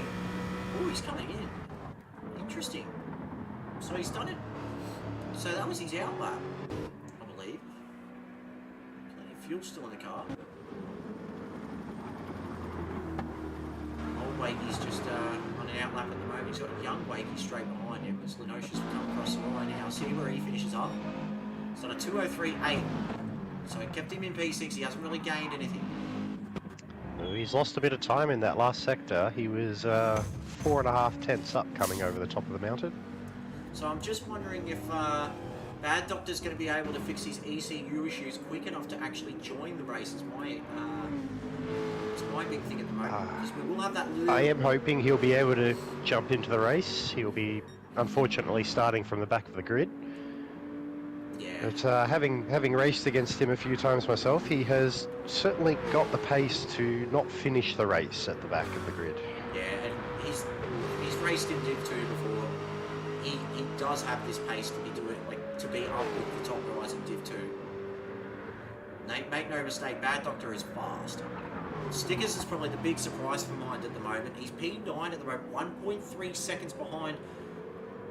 He could have braking issues, we don't know. The Dadson cars have really struggled in terms of braking stability. Well, he does have the Aston. I have my suspicions. Evil Evo here, just right up behind Papstar at the moment. Evil Evo's on an outlap, I'll just double check. He is not, so his teammate's actually holding him up a little bit here. Coming through McPhillamy at the moment, coming in the skyline. And McPhillamay's not. Oh, there's contact between the teammates. And that's definitely hurt Evil Evo. That's breaking the #1 rule in motorsport. Oh, Wakey, big oversteer moment coming onto the skyline. Great car control, but he's going to lose time. It's half a tenth down. Barely held it together though, coming over. Like, it's just sideways over skyline. That was phenomenal.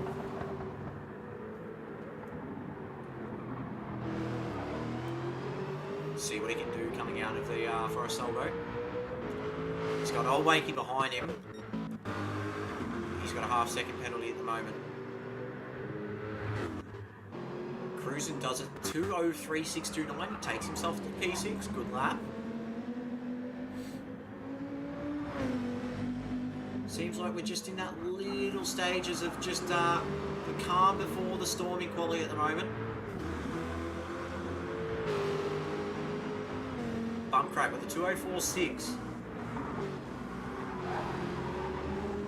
Dare say these guys will probably be on their final lap now. So, guys in chat, make your predictions. Dadson has let us know. Just had the text sent in. Stickers is having that brake issue. So, that's going to be, that's going to be a tough night if that's true for Dadson. As a fellow Aston Martin driver, he has my deepest sympathies. It is not pleasant to deal with. You go to get on the brakes hard at the end of Conrod, and the rear end of the car just steps out to the left and wants to send you straight into the right-hand wall, which at about 230 kilometers an hour is not a whole lot of fun. And from what I've been informed by a couple of the engineers up and down the pit lane, with Gran Turismo, the last patch, it put in an update that doesn't... Oh, his old younger Wakey is just smacked into the wall at McPhillamy. That'll be qualifying done for him. That Aston Martin be in a world of pain. Just keeping an eye on Evil Evo as he's pulled onto Conrod. He was up on he was purple through that sector. Just jump on board It with the was doghouse. Mr. Bumcrack who got out of his way coming just after Skyline. Evil Evo's 3/10 up on his best time. He's not purple. He's got good braking stability coming into chase. Looks like the car's very well settled too. This race fan goes to second with a 2:02.904. Great lap. 2,000ths behind pole. There we go. Stickers to P4. Does Evil Evo go? He goes faster, but it's not fast enough. And that's actually qualifying done. The checkered flags come out, so Evil Evo's not going to go much faster. Lucky P5. What can he do? He's gone off at the chase as well. So Lucky's not going to go up any more spots. Can anyone capitalise? Oh, Wakey doesn't.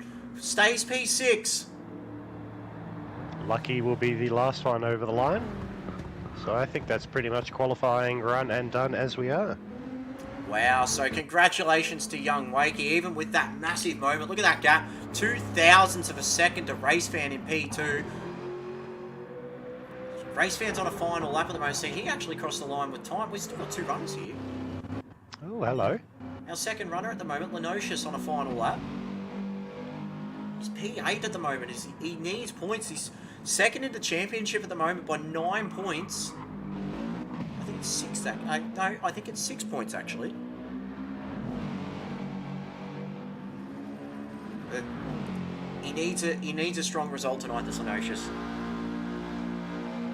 He's definitely well down on lap time. There we go, 8/10. So looks like qualifying is definitely run and done. Race fence just served his penalty, 3.5 seconds behind. Yeah, so congratulations to young Wakey, who will take pole. The old man was taking up too much of the view there. Race fan will take P2. Evil Evo will start from third on the grid. Stickers P4. He recovered fantastically. Lucky in P5. Old Wakey in 6. Cruzin P7. Be pretty happy with that. Lenocious crosses the line P8. Ozpat Star P9. Bumcrack P10. And the Bad Doctor will start from the back of the grid if these ECU issues do work themselves out. So, slideshow. Guys in chat, make your predictions. Let us know who you want to see at the top of the field. I dare say, I'm going to put it out there. I reckon my pick of the race so far, I did say Lucky at the start of quali, and I still stand by that. I think he's very tactical. He's very thoughtful on his feet, and he definitely has good pace around here. Carbonboy, who do you think is going to do well? I honestly don't want to put the commentator's curse or the Mozza on anyone, so I might just keep myself quiet on that one. I'll just let the race play out, let it be as it's going to be. Alrighty, so I'll just see if Bad Doc's issues have fixed themselves. So I don't know what's technically happened down there, whether there's been a big ECU failure or if Gran Turismo's just done Gran Turismo things once again. We just don't know. Morning, Sean. Hope you're well, mate. All the way in the UK. Oof. I'll tell you what, that's some dedication. Killer said you're sounding much healthier, Luke. So... well, thank you. That is great. Feeling a lot better. So, guys, just as while we wait to see if the ECU issues for the Bad Doctor are resolved, next round, I do believe we are at Deep Forest. So, that is going to be an absolute humdinger. We raced there once in the Sylvias, and it turned to night during the race. It was absolutely brutal, and we're looking very much forward to returning back to the forests in the US and getting underway there. And, of course, it's going to be an absolute slobber knocker of Div 1 and Div 3. We've got Distinct Andrew, who's sort of grabbed a firm hold of the championship. TX3's going to have to answer. He's got that drop round there settled and ready to go. But with Andrew, he will have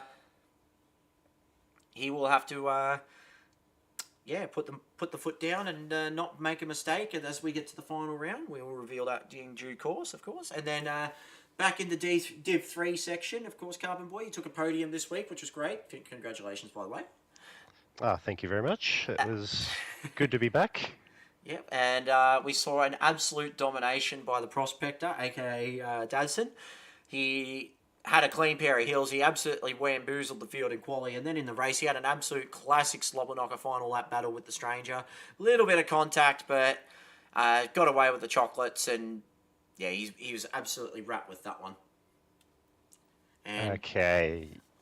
We are unfortunately at the point where the Bad Doc can't get into the lobby, so I have aborted it. Thankfully, I made a note of the qualifying order, so I'm now just resetting the grid manually. Yep. And I can see the qualifying times just here on my screen as well, which is good. So, but yeah, what a fantastic qualifying we witnessed there.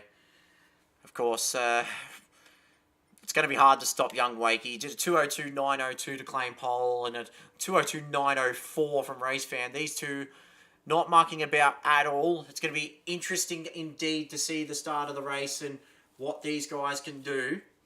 The Aston Martin, though, big question marks over its braking stability, and if the rear end does bottom out. Have Womble's fired in the chat with Womble. Typical. So, don't forget to smash the like button for tonight's stream, guys. And if you'd like to jump in the Discord, please click the description below. You'll find a link to our Discord, of course. And make yourself known. Jump in, have a chat. And we may have a couple of spots still left to go in Division 4 and maybe 1 or 2. We'll just have to clarify that down the track. But yeah, still a couple of spots remaining. So if you do want to get involved, more than welcome. Jump in the Discord and get involved with guys that have got a massive amount of passion in motorsport, as much as the rest of us will do. Let's be honest here. And not too far away, we will have the S1 Awards as well, which will be fantastic. Of course, last year we saw a couple of big names win some big prizes. We saw the Livery Award go to Stickers for his fantastic work. He actually cleaned up that night. He also took the Rookie of the Year, which was an insane result. Just pipped young Wakey for that one. And, of course, we do have, like, our Hall of Fame and that sort of stuff as well. That'll be coming down the track, though. So, stay tuned for the S1 Awards, guys. We will have that one sorted down the track. So, Shies has fired in with his podium. Race Fan, Evil Evo, Pat Star. Ooh, that's a strong podium. Pat Star's going to be starting P10, but...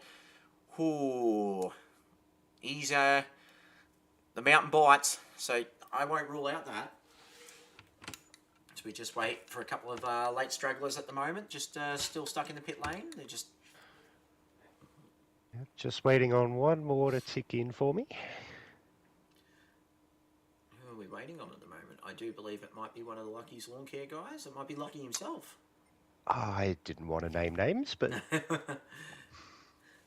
I think... it's going to be a fantastic race tonight, and I tell you what, I know I say I tell you what a lot, but it's going to be an absolute slobber knocker between... I'm looking forward to seeing if Lenosius can bounce back from that qualifying and what he's able to do as... there we go. Looks like the grid is all ready to go, I assume. We're ready to go. I am working on it. Yeah. This is actually the first time I've ever had to manually set a grid. So, so yeah, I think we might have to do a poll next week for the best looking retro liveries in Sector 1 and see who fires in with the top livery.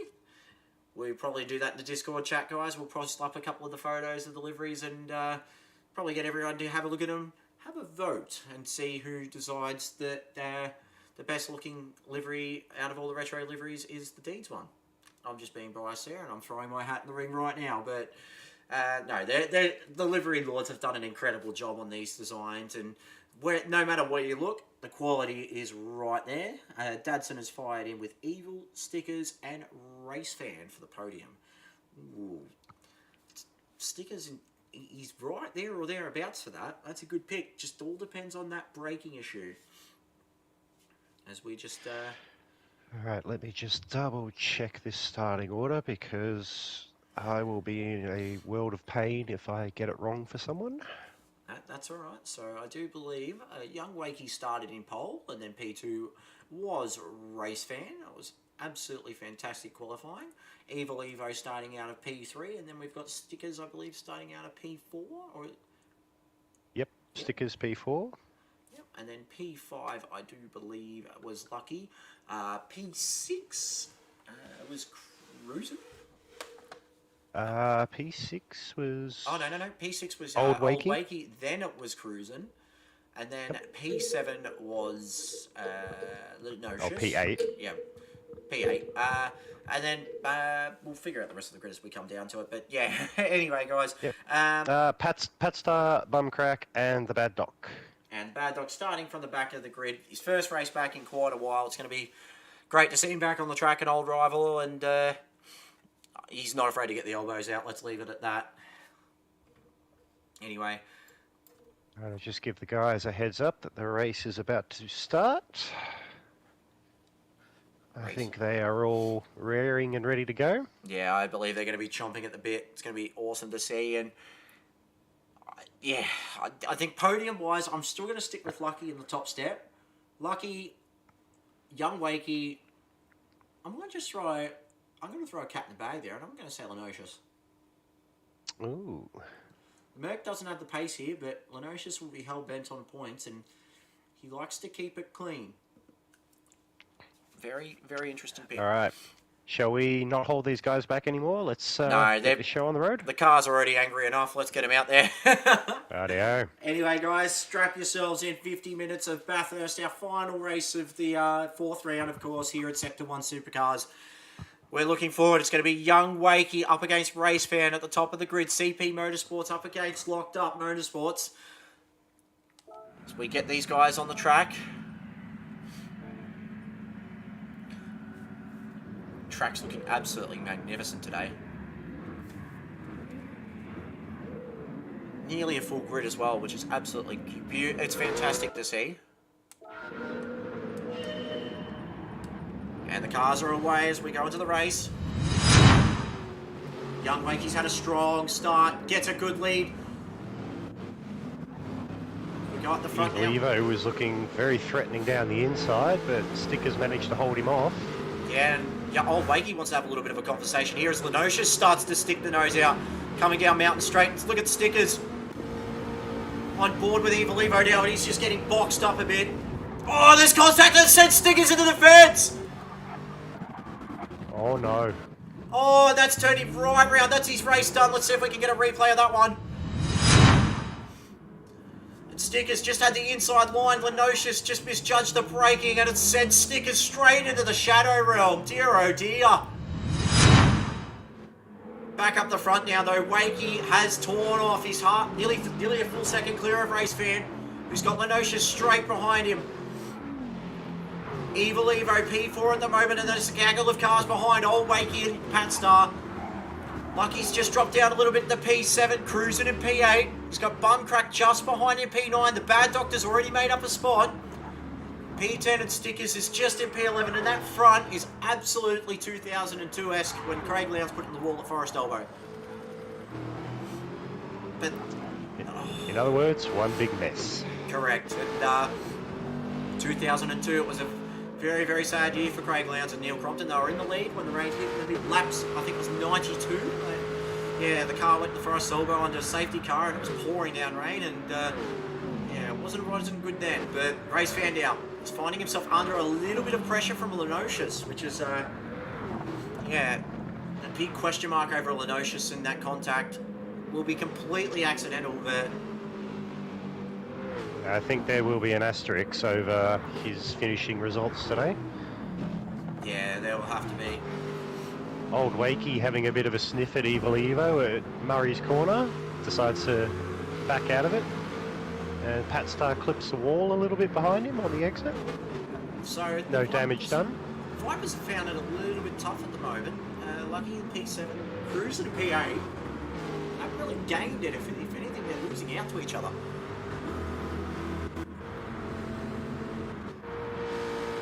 Bad Doctor's not really letting them go at the moment. He's got Bumcrack right behind him. So Bad Dog's made up another spot here. P9 at the moment.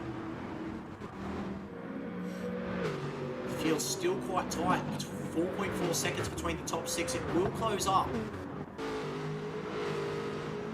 Race Fan skipped away from Lenocious as well. Young Wakey though. 1.1 seconds clear. But Race Fan just there or thereabouts with him. Young Wakey's just clipped the wall over at McPhillamy though. He's got a fair bit of oversteer coming through Skyline as well. So that clip of the wall will have rattled him just that little bit. He's just clipped the wall again at the dipper. Is the pressure starting to sink in is the real question here. He was very loose coming up out of the cutting as well. Coming up the hill, just could not get traction down to the rear wheels. Yeah, so it seems like it's not very, very stable coming downhill or uphill at the moment. Balance of the brake, well, the balance isn't really there at the moment.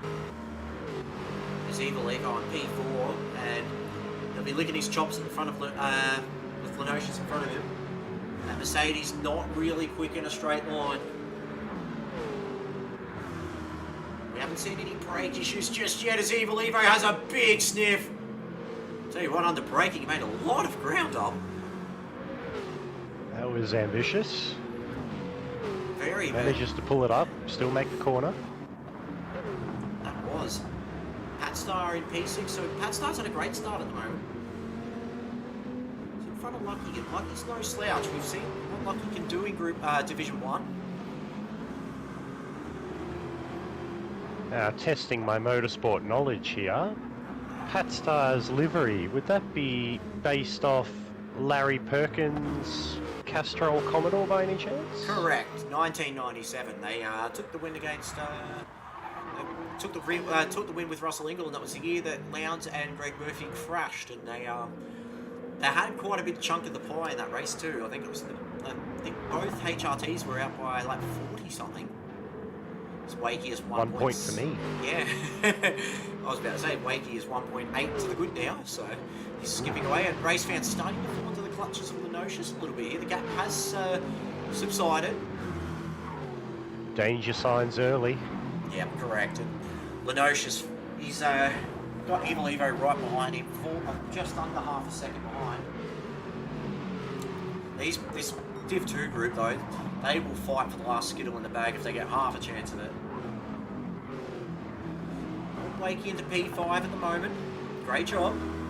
Settling in, not a single scratch on that car at this point.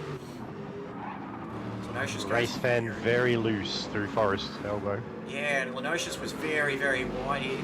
Evil Evo might just have a bit of a lunge here. Race fans losing time to Lenocious, who is in turn losing time to Evil Evo. And they have a straight line monster behind all of them in old Wakey. Someone's had another big incident at the moment. Bad Doctor's had another big incident.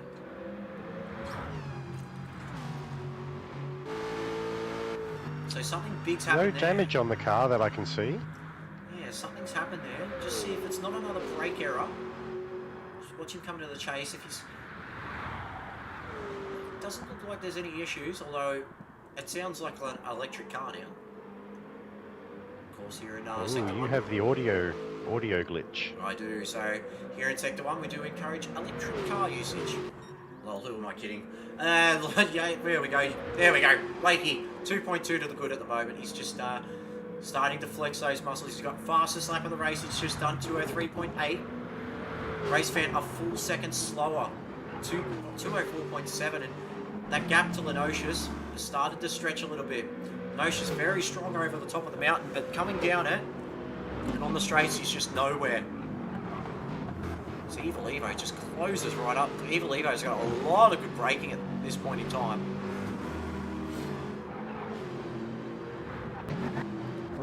Oh. I've just had a big lag spike when I was following Lenocious, and he's now back in 5th on my screen, behind old Wakey. Interesting. I'll just double check that. No, I think you're right. Lenocious has had a big moment. What happened there? He was in 3rd, and then I don't know. there was like a lag spike with the whole forward-backwards movement, and he's dropped 2 positions. Not sure about that one. That's very interesting indeed. We know GT7 does GT7 things, but even so, if Lenocious has lost 2 positions due to lag, then we might have to find out from him after the race and the team. Awesome Session Motorsports had their big day out today, and didn't come off as well as they'd hoped. As Lenocious just brakes, it just understeers, and it just goes wide on him at the chase. That's going to drop him back into the clutches of Pat Star. Pat Star doing a great job at the moment. P6 could find himself in 5th at this point. Doghouse Motorsports only been around the start of the season, doing a great job at the moment. A couple of big names in that squad. Old Wakey up to P4 now, and he's sitting behind Evil Evo. And we know Old Wakey is not, in terms of qualifying, the top qualifier. But come race day, he is right there and thereabouts. Just in front of him is he's got Evil Evo and Race Fan. 7 cars just from Griffin's Bend to the cutting. It's a close field at this point. The battle for P10 at the moment. There's contact between oh, Bad Doctor just sort of went across his nose a little bit, Stickers. Oh, this could get spicy. Oh, even more oh, contact. dear. That Stickers sent to the wall there. He will not be happy about that. See if we can get a replay of that. Yeah, no, just side by side coming up the cutting too doesn't work usually through there. And oh yeah, that was big contact there. It might have just either turned in a little bit or just left it a little bit late. We'll leave the stewards to look at that one. I'm not touching that with the 10-foot pole. Nope, nope. We are the commentators. We are not the stewards. We will stay impartial and objective. So the gap between Old Wakey and Evil Evo now has just dropped under half a second. Looks like Old Wakey's got a bit of a slipstream going on. Braking into the chase as well. You want to make sure the front's set up right. If you don't, you'll have serious issues under braking. They've actually gotten away, these two, from Lenotius and Patstar. Patstar's going to have a big look coming into Murray's corner. He has more than a look. Oh He no, has Wakey's sent gone it off in right front of down him. the inside. Old Wakey went off in front of them. He's recovered it, but Patstar moves up to 5th. Patstar might just find himself eyeing off a podium at this point. Maybe. Channeling I his think Lenosis just needs to put his head down now and think, okay, I'm in the Merc, I'm not in the fastest car, maybe I can just use this slipstream up the straights and maybe let Patstar drag me up the field a little bit. Yeah, channeling his inner Russell Perkins and Larry Ingle there. Do you mean Russell Ingle and Larry Perkins? Correct. Lenotius was very understeering coming into the cutting there. Starting to lose out on time. These guys, Old Wakey's actually managed to just pick up the slack a little bit. But he's lost a full, just 0.7 of a second to Evil Evo. Plenty of time though. And as we saw in the Division 4 race, Bathurst bites, and it bites hard. It's Evil Evo just... He's got a very tight line going through the dipper. He's just lightly made contact with the grass. Race fan playing a very dangerous game of flirting with the walls through the S's. Yeah, it just seems like he's got a very sort of twitchy setup at the moment. But we know CP do still have connections to Skynet in terms of setups.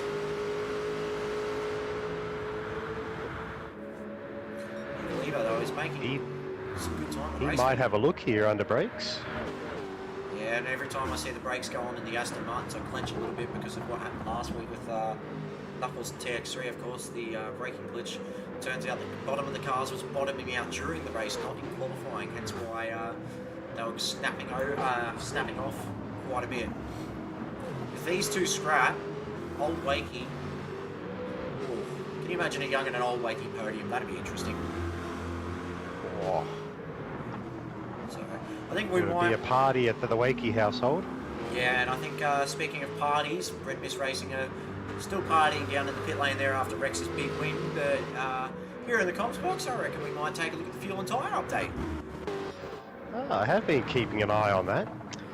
Up the front, young Wakey is looking after his front tyres quite well. There is hardly any wear on those, and he is sitting a little bit above half a tank.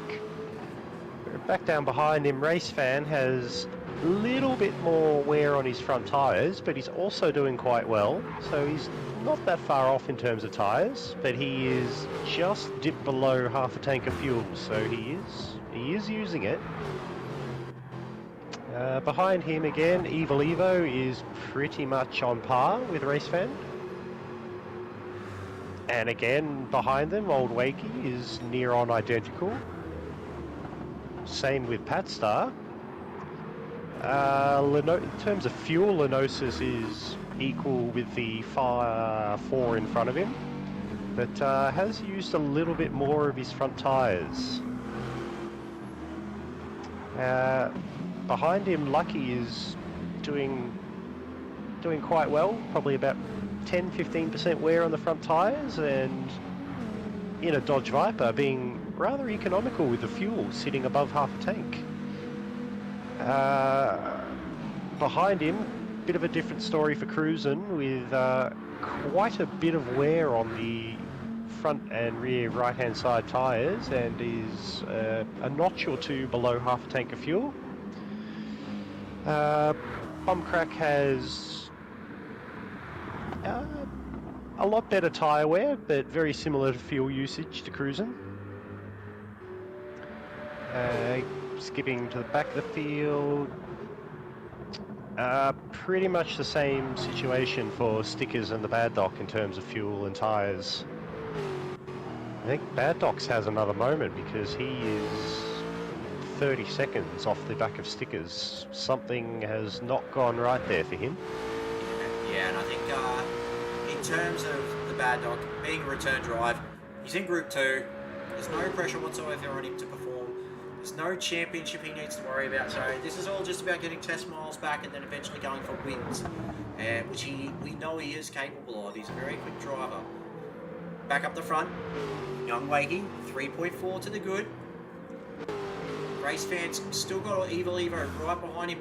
Now, if I know Evil Evo, and I'm inclined to say I do, he'll just be sitting behind and just looking after the car. Either that or, oh wow, Race fan is purple over the top of the mountain. This Evil Evo just runs a little bit wide. That's going to give Old Wakey a little bit of a helping hand.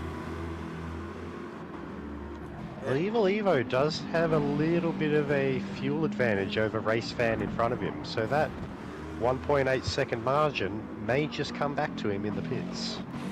Looking at Lenocious at the moment, he's got both the Vipers behind him, Lucky and Cruzin. Lucky just playing the long game by the sounds of things, and Cruzin just doing what Cruzin does. Just using all of the car up and some, and making sure he's still a bit of a pest towards the end of the race, which somehow he's good at. He can use a lot of the car, gets compromised in terms of fuel and tyres, but when with his pace, he's just there or thereabouts, able to really make things happen for everybody. Oh, Evil Evo goes around the outside of Race Fan at Murray's, almost makes it work, just caught a little bit of the outside curve and couldn't get the traction down. Now Old Wakey's having a sniff at turn 1. Oh, and he's just given him a little bit of a tap, and Old Wakey says, "Thank you very much, I will take that." So that's gone from good to bad for Evil Evo. He was looking good for moving into P2 and found himself dropping back to P4. He will not be particularly happy about that. Well, Old Wakey has a big look. He's gone side to go up the inside at Griffin's Bend. Doesn't make it work. Personal experience, 2x2 through there, not a great idea. Yeah, one of the things with Gran Turismo I've noticed compared to the likes of, say, iRacing or Assetto Corsa, this track is extremely narrow on Gran Turismo. If you try to do a move at Forest... Oh! Evil Evo's just smashed into the wall. Is there damage? Is there going to be an invoice for that? See if we can get a replay. A little bit of damage to the front aero and the front left wheel. So that's going to hurt him coming over the top of the mountain. Yeah, he's just done what James Courtney did. Race Fan's gone. No! We just saw that as we came back as well. Race Fan is in the wall of the S's. I don't know if there was contact or not. I was riding on board Evil Evo at that, and I just saw that bright blue car completely sideways. Yeah, he's absolutely slammed into that, and it's dropped him all the way back down to P9, and it's a real shame because he looked like he had the speed to hold off Evil Evo. But what that's done now is a Wakey 1-2. Young Wakey 7.3 seconds to the good. Old Wakey 1.5 to the good. But he is fuel compromised. I think there will be one very excited team owner at Locked Up Motorsports right about now. He will be loving this. Yep, Josh Locke, of course, he will be tuned in. Hope to see him behind the wheel again sometime soon. Very quick operator. He used to run with Switchblade/Deeds and Ragged Edge. But Evil Evo that hit the wall definitely cost him. He might have got a bit frazzled by that three-way battle that he had with old Wakey and Race Fan. Those things can happen during a race. You can get a little bit frazzled, a little bit of redness descending, and then it just you just make a few mistakes. Lucky in P5 now as a result of all of that, and Cruzin still just sitting there behind him. So Lucky's done a good job so far to just stay out of trouble. Just put a little bit of the commentator's curse on him. He was very wide coming out of the cutting. I'm wondering if Cruzin is going to be just more than happy to sit behind Lucky for now, because there's a fairly noticeable fuel deficit between him and Lucky, so he might just be wanting to sit in the slipstream, just conserve for a little while, just so he's not losing so much time in the pits. I'm not so sure about that, because Lucky had two big moments. He had a big moment at McPhillamy, and then coming through Skyline, he just the rear stepped out. Funnily enough, as soon as those words were out of my mouth, I was thinking, watch Cruzin go out and just prove me wrong by sending it down the inside. Yeah, no, I think Cruzin's going to be there or thereabouts. And Pat Starr now, P7. He was P5 and he's just lost out, so something's happened to him. He's done a 2:13 on lap 8. Dare say he's met the wall somewhere. He's doing fly though, he's purple at this point. Still just over half an hour to go, under half an hour. Plenty of time for things to happen, and as fatigue sets in, these guys will make more and more mistakes. Go back up the front now and see the battle for P2. Evil Evo sets his fastest lap of the race, 2:03.5. It's a second behind old Wakey though. The gap has expanded a little bit. Lenosha's sitting at P4 at the moment. Great drive, but question marks over that lap 1 incident at Griffin's Bend with stickers. At this point, the closest battle in the field is Lucky versus Cruzin. Two Vipers from the LLCR conglomerate. Of course, D-Flow meant to be racing tonight in Division 2, but he's off with real life commitments, so we hope we see him back next round. Lucky goes into the wall at the cutting. Yeah, he's very, very wide. Cruzin's going to have a bit of a sniff here. And another driver who had real life things to deal with is Mr. Freelix. Very, very good point. Otherwise occupied. But home renovations. hopefully he will. Yes, very, very time-consuming and energy-consuming things, I hear. Yep, that is correct. So, Freelix and D-Flow not available with us tonight. But both of them missed on the grid tonight, but I'm sure they'll be back renewed and refreshed and ready to go for round 5. Yep, and Deep Forest, I believe. Which will be a very, very interesting race indeed. So, young Wakey here, 8.4 to the good. We're going to start seeing a few guys thinking about tyre and fuel updates. And I'm staggered that someone hasn't tried anything left field just yet. We saw in the first race Rex do a 2-stop and somehow made it work. I've got no idea how. His tyres were absolutely cooked to bits after 18 laps. And he was still doing 206s. And Wakey, look at that lap. 202.9. That's just... on lap 11. That is, as near as makes no difference, Group A pace. Well, it does help when you've got a quarter of a tank of fuel. Correct. But funnily enough, he has quite a lot more than old Wakey, who's in P2, so... Yeah, but we know the Corvette drinks fuel for fun. And as I say that, he has just had the fuel light come on, so I would dare say he'll be into the pits at the end of this lap. Yeah, I think old Wakey here, he might suffer a little bit to Evil Evo. Evil Evo might be just playing the long game here. As There is only a 1 second gap, and Evil Evo does have a fuel buffer over him, so... I think it's about 3 to 5% per second, if I remember correctly. I'll let the Boffins in chat let me know about that one, i.e. Adam, because Off the Adam's top of my head, 5 litres a second. Yeah, I gaps just start, or the field's just started to spread a little bit at this point.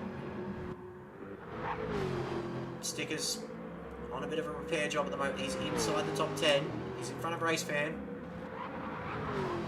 But he's got to find 6 seconds to bum crack. And in the Aston, against the Corvette, it's no mean feat to find that much time.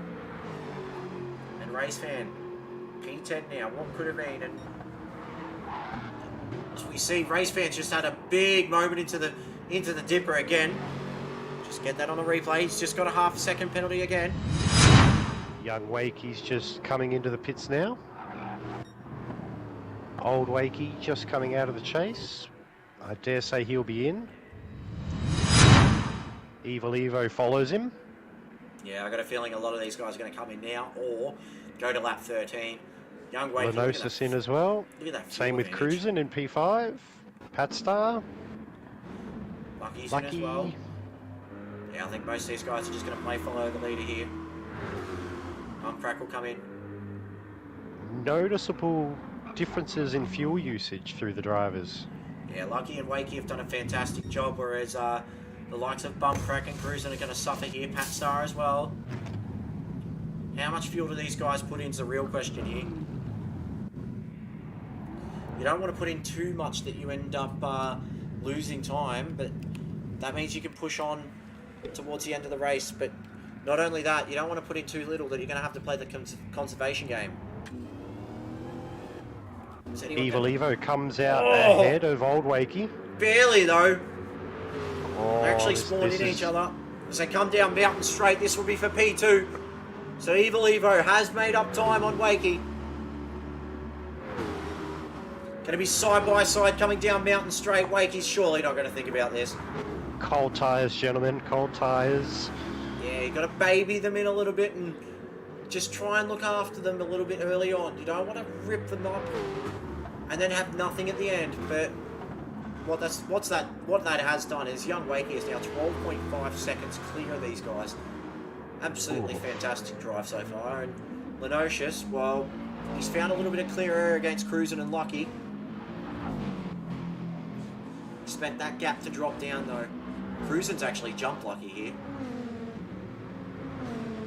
By a significant margin too. I'm cracking P8, Stickers in P9, Race Fan in P10, and the Bad Doctor's just coming into pit now in the orange on-point Ragged Edge racing machine. Try saying that 10 times real quick. Anyway, Young Wakey, look at him just clear, not a scratch on the car. Absolutely flying at the moment. There's not even anyone on Conrod.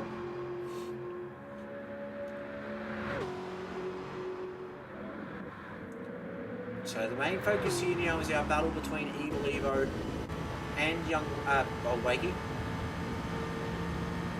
Looks like Old Wakey might be just taking it easy early on. That Corvette looks very stable in the braking though. A little bit understeer, but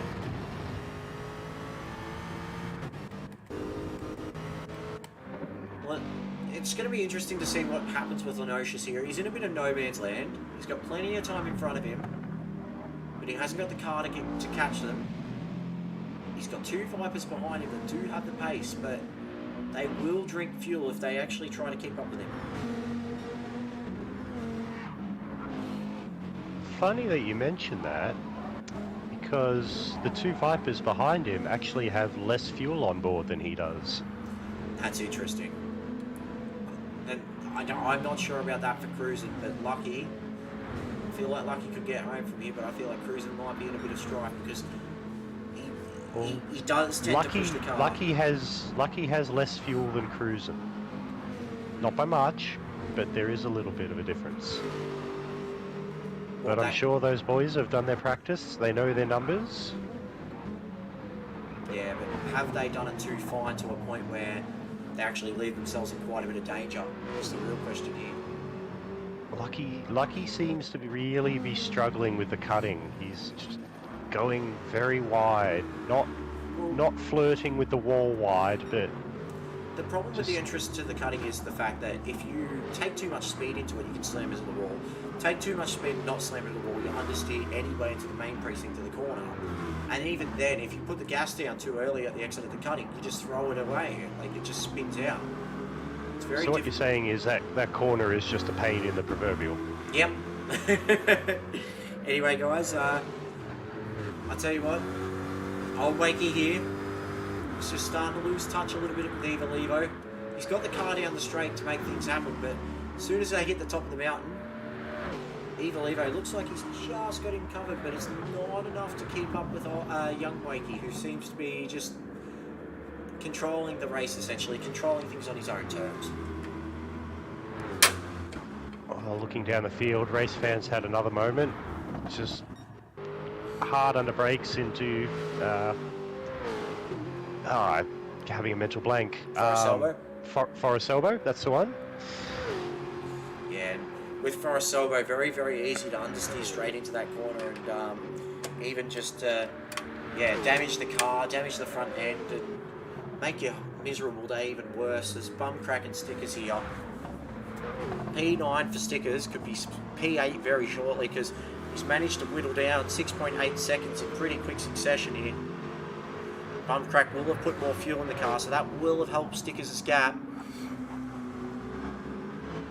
But a top 8 for Bum crack, he'd be, I dare say he'd be pretty happy with that, especially all things considering. Oh, Cruzin just had a big moment going into the cutting there. Car looked very unsettled, did not want to respond. The gap though to Lenocious is dropping. It's down to 2.6 now, and Bad Doctor's had a big ECU failure, so that's the Bad Doctor gone. Earlier car issues come back to haunt him, maybe. Yeah. It may not have completely fixed the problem, and it's just decided, I'm going to pack up, I'm done. I dare say the ECU issues have really not helped, and it's been a pretty somber weekend for Ragged Edge Motorsport. Ragged Edge Racing. TX3, of course. He retired. Now, Bad Doctor as well.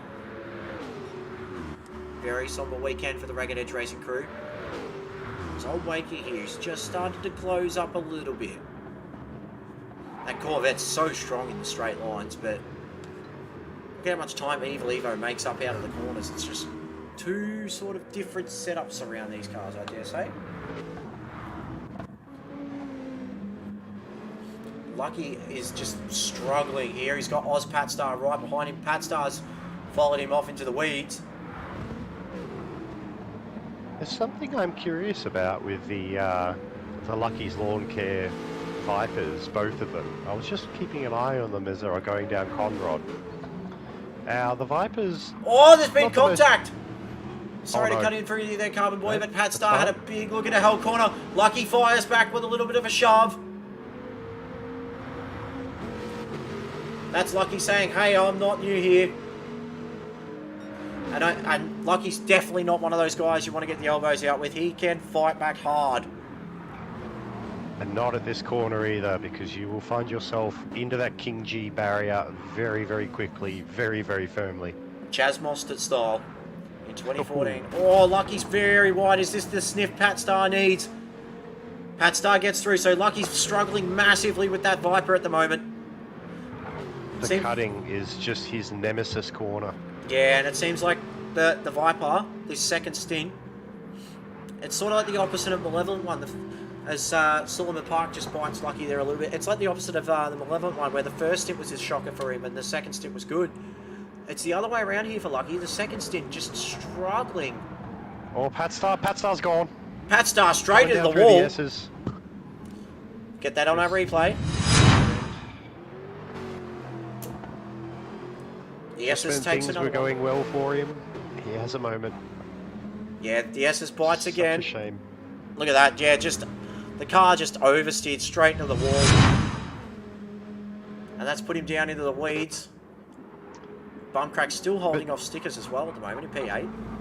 What I was saying about the Lucky's Lawn Care Vipers is, coming down Conrod Straight, top of 6 gear, both of them are absolutely banging off the rev limiter. Yeah, whereas the Corvettes, unless you've got them geared a bit shorter, They won't even touch the top revs.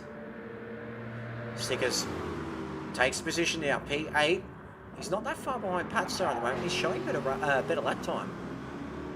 Stickers may just find himself here in a P4, and that'd be a pretty handy result for him.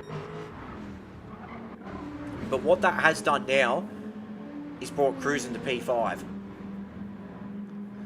And if the gap between him and Lenosis has extended back out to over 3 seconds again. Was down to 2.6 at one stage.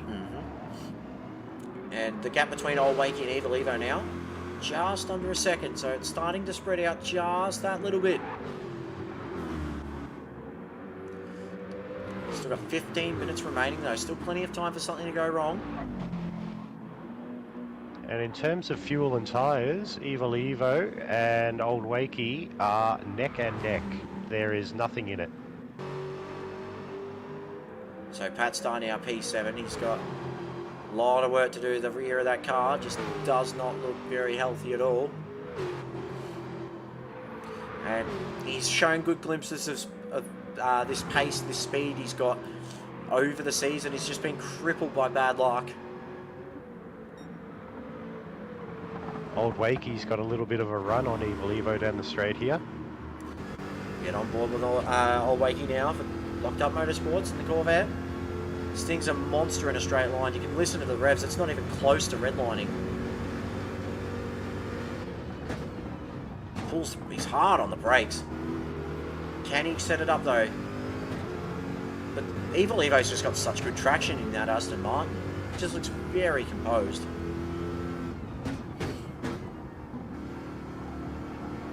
What? Oh, Wakey's just understeered wide. That's the time that Evil Evo needed. There's a bit of breathing room. Out to 1.5 now. It's moments like that when you're racing and you've got someone right on your rear bumper. You flick your eyes over to the timing tree, you just see the gap increase a bit. Your heart rate goes down, you can take a big deep breath. Sort of compose yourself and get back on it. Speaking of getting on it though, look at the gap between Wakey and Evil Evo now, 13.2 seconds. He's just in a class of his own at the moment. Probably the first scratch he's put on the car just then too. He just seems to be stepping up season by season, and the more he drives, the faster he gets. Just looks so comfortable behind the wheel. One wheel off the dipper there. How good does that look? But, ladies and gentlemen, in Group Division 1, I'd be starting to get a little bit nervous because this guy may very well be the real deal for you. So, the gap between Evil Evo and Old Wakey is still 1.2 now. Old Wakey's got to find all that work to do it again, but then that means using up more of the fuel and in turn putting himself closer to the danger zone. So young Wacky just touching on 290 at the end of Conrod. Evil Evo about 293, give or take. I saw Old Wakey hit 298 on the last lap. Yeah, I think Kiwi Raikkonen hit 300 last week. Can't remember off the top. I'm pretty sure he did actually, but that was in a slipstream. Pat Star has just extended that gap to Stickers now. Stickers, he's put up a valiant fight, but I think that might be job done. Unless something big happens, but we can't rule that out here. Race fans got some good pace at the moment. He's got 4.4 seconds to find a bum crack. Still 11.5 minutes to go. Still plenty of time for some drivers to have a miserable time and some drivers to get a little bit of joy in their race. So how are the top 5 looking in terms of tyres and fuel at the moment? Is there anyone that's sort of like on a bit of a danger zone at the moment?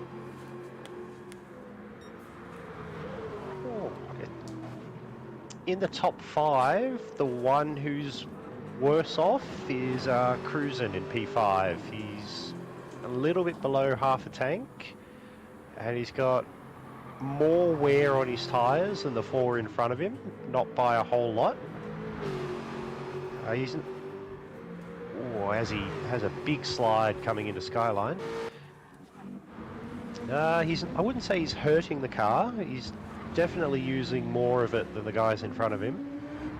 But for the top 3, it's almost impossible to split them in terms of tyres and fuel. It's been a great job by Lenosius tonight as well. He's P4. He's done a good job. Apart from that first lap incident, hasn't put a foot wrong. You still see the battle scars on the front left of the car there.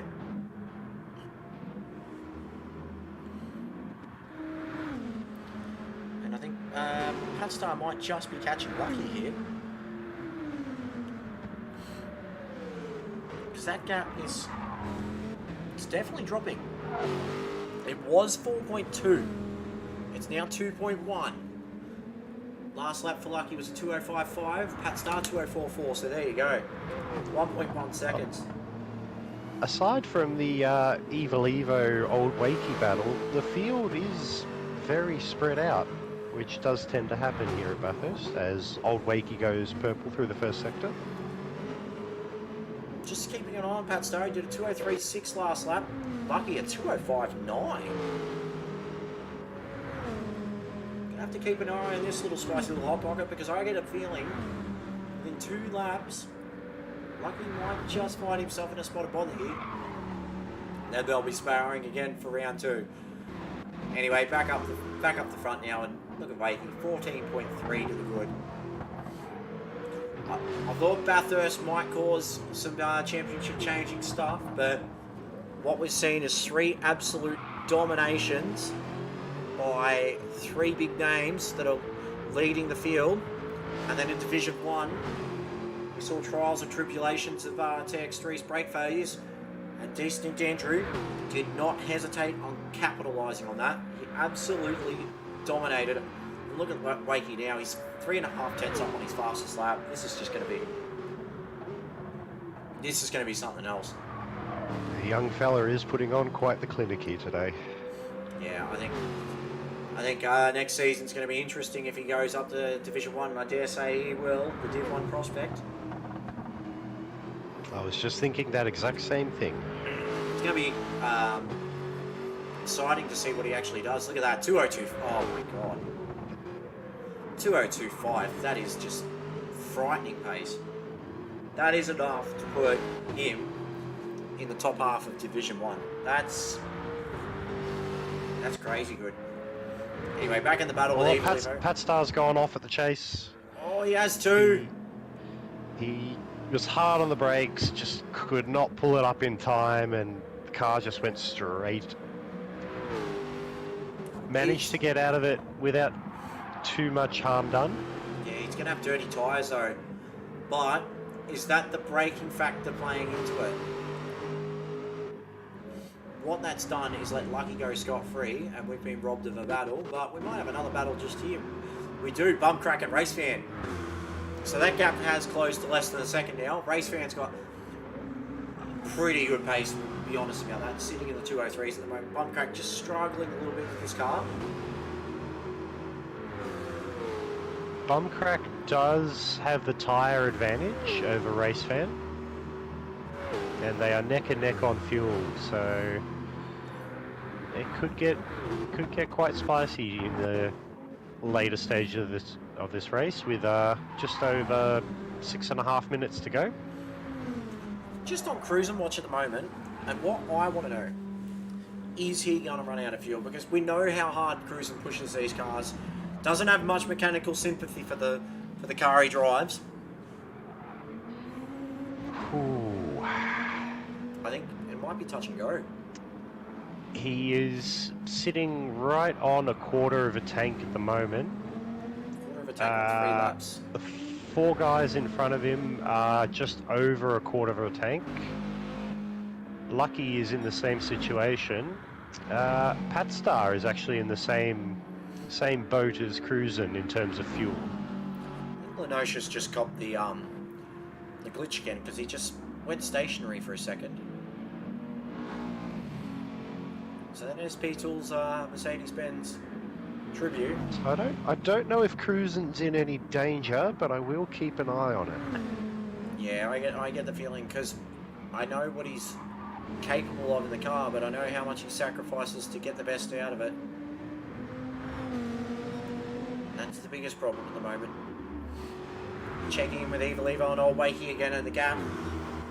Still just under a second at the moment.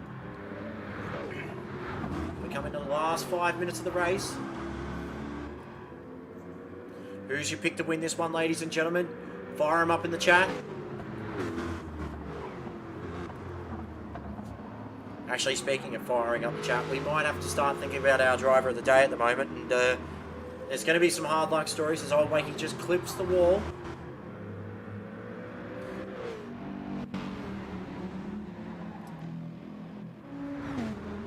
Lucky just seems to be... He's starting to get more comfortable with the cutting there. He did a really good job of it that time around. So... something's happened with Pat Race Fan and Bumcrack are side by side coming up to the cutting. Oh, and Bumcrack and Race Fan made big contact then. Race Fan just smashed into the wall of the cutting there. He's gotten past, so Bumcrack has redressed. Race Fan is carrying a little bit of damage to that front right wheel and the front aero. Replay of that. Which is not going to help him over the top of the mountain. Yeah, and I feel like Race Fan's done a fantastic job of making that time up, but it's definitely a moment of what could have been for him. He was running P2, and then through those errors, it's just, yeah, he'll live to fight another day though. But Pat Star's had something dramatic happen because look at that last lap with 2 minutes 27, and he's in P10. He's 12 seconds behind. What has happened there? And a half-second penalty just to rub salt into the wound. He's not, yeah. He had such a strong showing. The last 10 minutes has just really bit him. So Old Wakey just closing up to Evil Evo now. Three quarters of a second the gap. Just seems like he doesn't have an answer along the top of the mountain. Cloud cover starting to settle in, so this might be a little bit of a reprieve for these tyres. Lenosius is, well, he's just on his own now. 9 seconds in front. 7 seconds behind him. Cruzin's clear away from Lucky. 3 seconds to the good now. 10 seconds behind Lucky. We've got Stickers, who's he's done a great job in his recovery. He had that big incident lap 1. He was 12 seconds behind. He's now 8 seconds clear of Race Fan, who's still scrapping away with Bumcrack. Albeit he's pulled out a gap.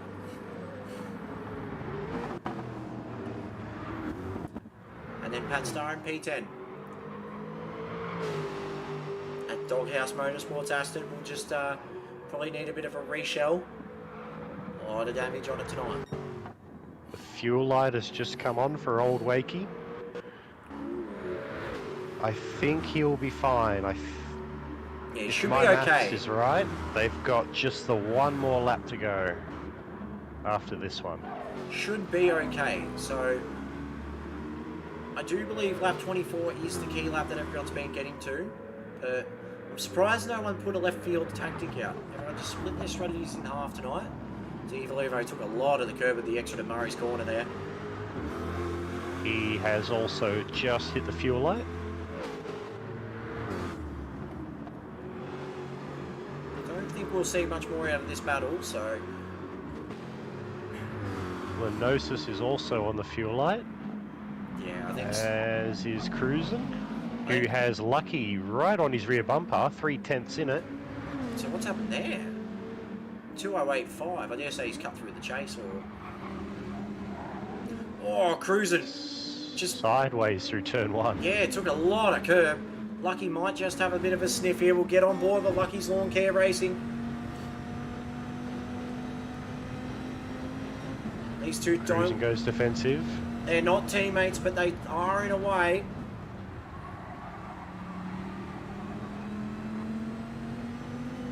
Strong run at the moment from Cruzin. He'd be pretty happy with P5 if he can hold on. Look at those clouds in the distance. Could we have some late race drama?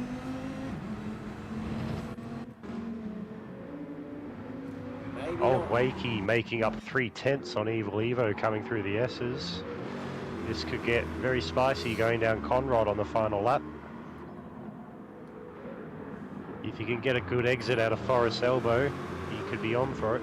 Yeah, that's what he's going to need. He's just going to need to put the foot down. We'll go back up the front though. I'll keep an eye on these two. Oh, Wakey might just get a look at me. Young Wakey might get a look at me lap here. Oh no, there we go. Final lap. So, he's absolutely cleaned house. He's got one hand on this trophy. Young Wakey takes the win at Bathurst in Division 2 by well over 15 seconds. Evil Evo's managed to hold off the older Wakey. Still keeps his title hopes in check. He takes P2 with old Wakey coming home in P3. Oh, there'll be a party in the locked up motorsports garage. 1 and 3, what a round. Not to mention the Wakey household tonight. Lenocious comes across in P4 in the SLS AMG. Must have some sort of glitch going on there. Cruzin holds There off is Lucky. no fuel left in Cruzin's car. Stickers P7, what could have been, but I tell you what, he's had a fantastic recovery. That Race is an fan. amazing recovery. Race fan in P8. Few mistakes just didn't go his way. Bum crack in P9. Across the line. Pat Star maybe P10, but at least we get to see this livery one more time because, geez, God, it's absolutely beautiful, isn't it? All these retro liveries have been fantastic for this round. But congratulations goes to young Wakey. He dominated this field by over 16 seconds, and he does have one hand on this championship and Division 1.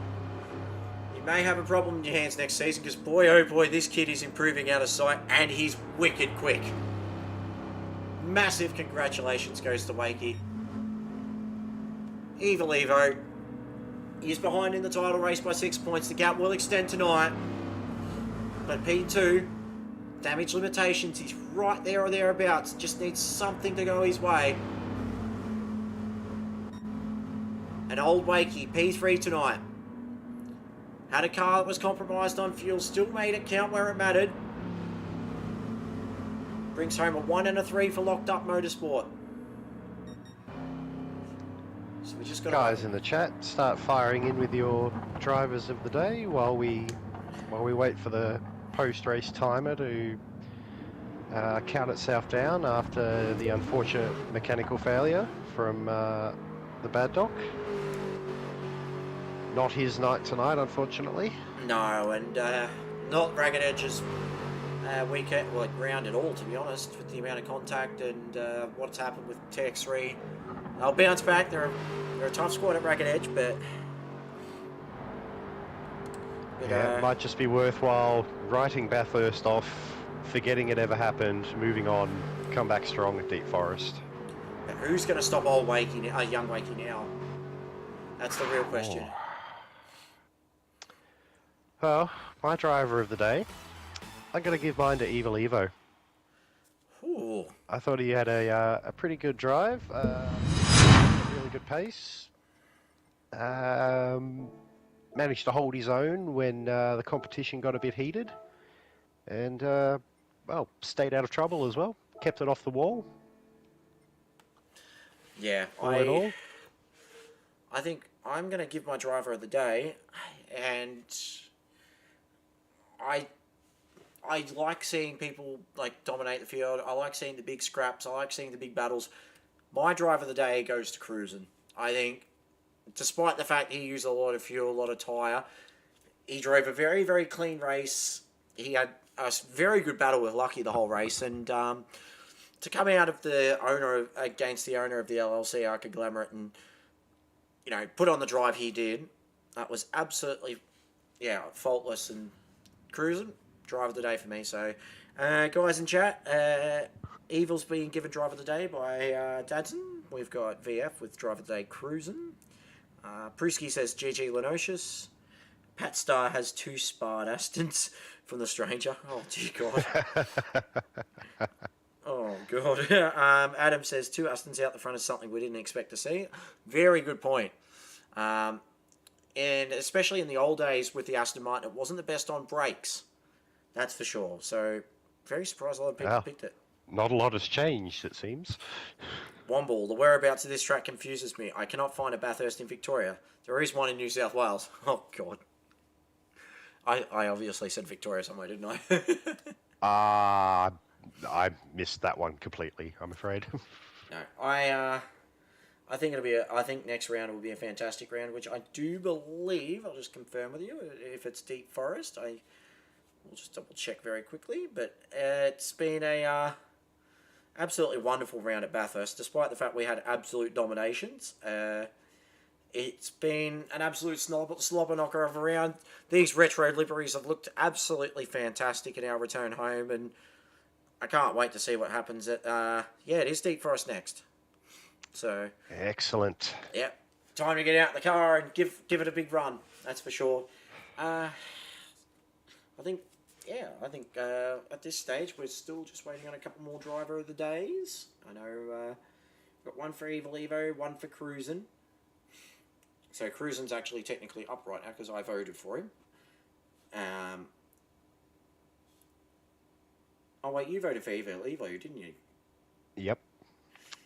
Are we trying to split them down the middle? Are we? Yeah, we need someone to fire in chat and just say Cruzin or Evo. If someone says Wakey, we're still split. Yeah. So come on, guys, help us out. Either way, or we will have to sort this out with a poll in the Sector 1 Discord. Alright. I think we might just, while we wait for these driver of the day votes to come through, you got anything else to add, Luke? Do you want to add anything to tonight's event? Any words? I actually don't have anything, I'm afraid. I've had quite an exhausting weekend, and I think my brain has decided to check out early.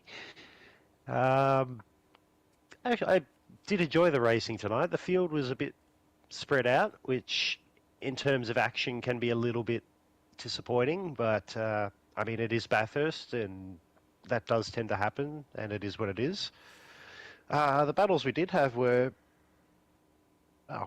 they were great to watch. It was, I'm happy overall. Few minor incidents that the stewards are going to be a little bit busy with, but I guess that's part of racing. Yeah, and I think next round's going to be a bit of a slobber knocker, so we'll wait and see what happens with Deep Forest, of course. We do know that it goes tonight very quickly there. Anyway, guys, I think we might wrap that up for tonight. First of all, thank you to Knuckles and to yourself, Carbonboy, for hosting the lobbies tonight. Well, you're most welcome.